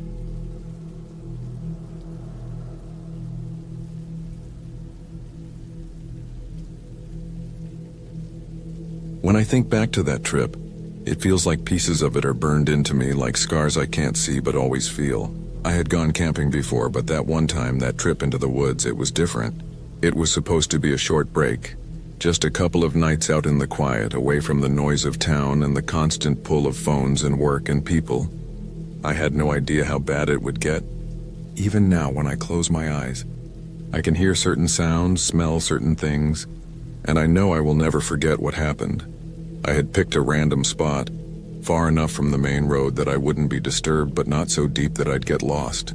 I had a map, a compass, and my phone, though the service cut out halfway down the trail. I wasn't worried about it. I wanted to be unreachable. I had a backpack stuffed with supplies: tent, sleeping bag, small stove, food, water filter, flashlight, spare batteries, and a knife that I always brought on hikes. It wasn't a huge knife, but it was sharp and gave me some peace of mind. The trail itself was rough, uneven, covered in leaves and broken branches. The air was damp, heavy with the smell of moss and dirt.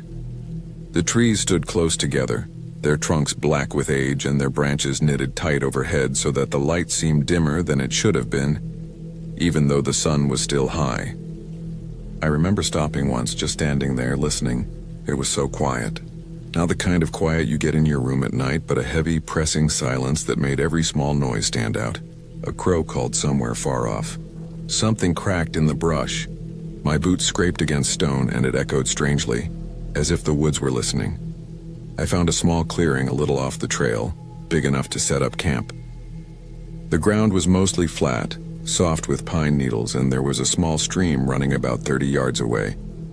It seemed perfect. I dropped my pack, stretched my shoulders, and set up the tent. The sound of the poles snapping into place and the fabric rustling felt louder than it should have been. I kept glancing at the trees, half expecting someone or something to be standing there. But there was nothing, just shadows moving with the breeze. When the tent was up, I gathered some wood for a fire. It was early evening by then, and the light had gone gold, dripping through the branches like honey. The stream was colder than I expected, biting against my fingers as I filled my bottle to filter later. I sat down by the fire as it crackled to life, cooking a small meal, the smell of it sharp against the earthy air. For a while I felt at ease. The fire warmed my face, the food filled my stomach, and the quiet seemed less heavy. But when the sun dipped and the shadows stretched long, the feeling shifted. The forest went from quiet to empty, and then from empty to watchful. Every snap of a branch, every rustle of leaves made my skin prickle. I told myself it was just animals, deer, raccoons, maybe a fox.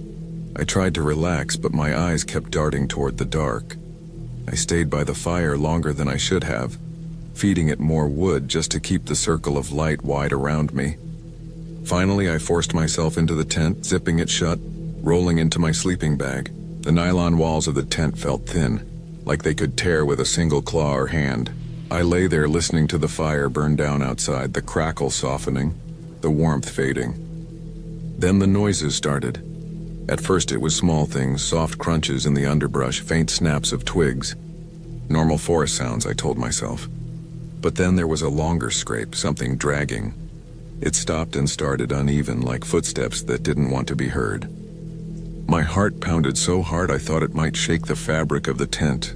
I gripped the knife in my hand inside the bag and held my breath. I don't know how long I lay there, eyes open in the dark, ears straining. At some point the noises stopped, but that was worse. The silence pressed in heavier than before. I couldn't tell if whatever was out there had left or was just waiting.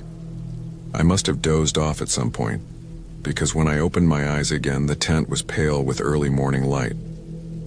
The first thing I noticed was that the fire was completely out, not even embers left. That didn't make sense. I had left it burning when I crawled inside. I sat up, unzipped the tent, and looked out. The clearing was empty, but the fire pit looked strange. The ashes were scattered, spread wider than they should have been, as if someone had kicked them around. I frowned, trying to convince myself it could have been wind, though I knew it hadn't been that strong. I shook it off, made breakfast, and tried to reset my mind. But I kept glancing at the trees, scanning the shadows. When I went to fill my bottle at the stream, I froze. In the mud by the bank were prints. They weren't boots and they weren't animal tracks I recognized. They were bare feet, large, wide, with toes pressed deep into the wet ground. I stared at them for a long time, my skin crawling. The prints led into the trees, away from the stream, and I couldn't see where they ended. I forced myself to look away, filled my bottle, and went back to camp. My appetite was gone, but I forced myself to eat. I told myself I'd pack up and head out after one more night. Leaving that morning felt like giving in to fear, and I didn't want to do that. The day passed slow. I walked a bit, staying close to camp, but every crack in the brush made me turn. I found myself clutching the knife more often than not, my thumb running along the worn handle. By evening, I was back at the fire, cooking another meal, the shadows stretching again. I kept thinking about the footprints. When night fell, the noises returned. Louder this time, closer.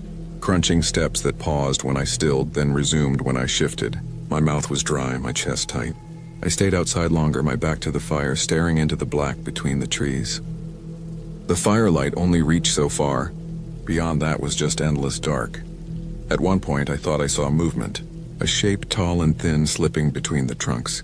My body locked up and I couldn't breathe. The fire popped and the shape was gone, or maybe it had never been there. I wanted to believe my eyes were playing tricks, but my gut told me otherwise. I stayed awake most of the night, drifting in and out, jerking awake at every sound. When morning came, I stumbled out of the tent, exhausted. That's when I saw it. Near the edge of the clearing, pressed into the dirt, was a footprint.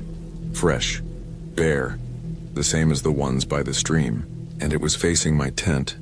I don't think I've ever packed up so fast in my life. My hands shook as I stuffed everything into my bag, barely caring how it fit. My only thought was getting out. I doused the fire with what water I had left, slung the pack onto my back, and hit the trail. The hike back felt endless. Every noise behind me made me whip around, but the trail was empty. My legs burned, my throat dry, sweat running into my eyes. I kept imagining footsteps behind me, just out of sync with my own. Several times I stopped, listening hard, but the woods would go silent, heavy again, like it was holding its breath.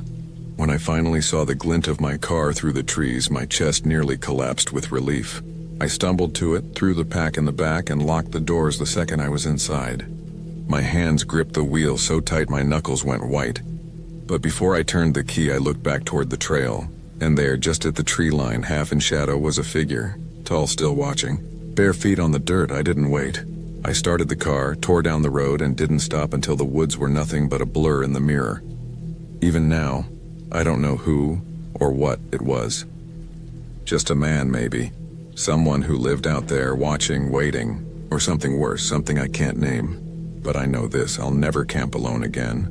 And when the night gets too quiet, I still hear those steps.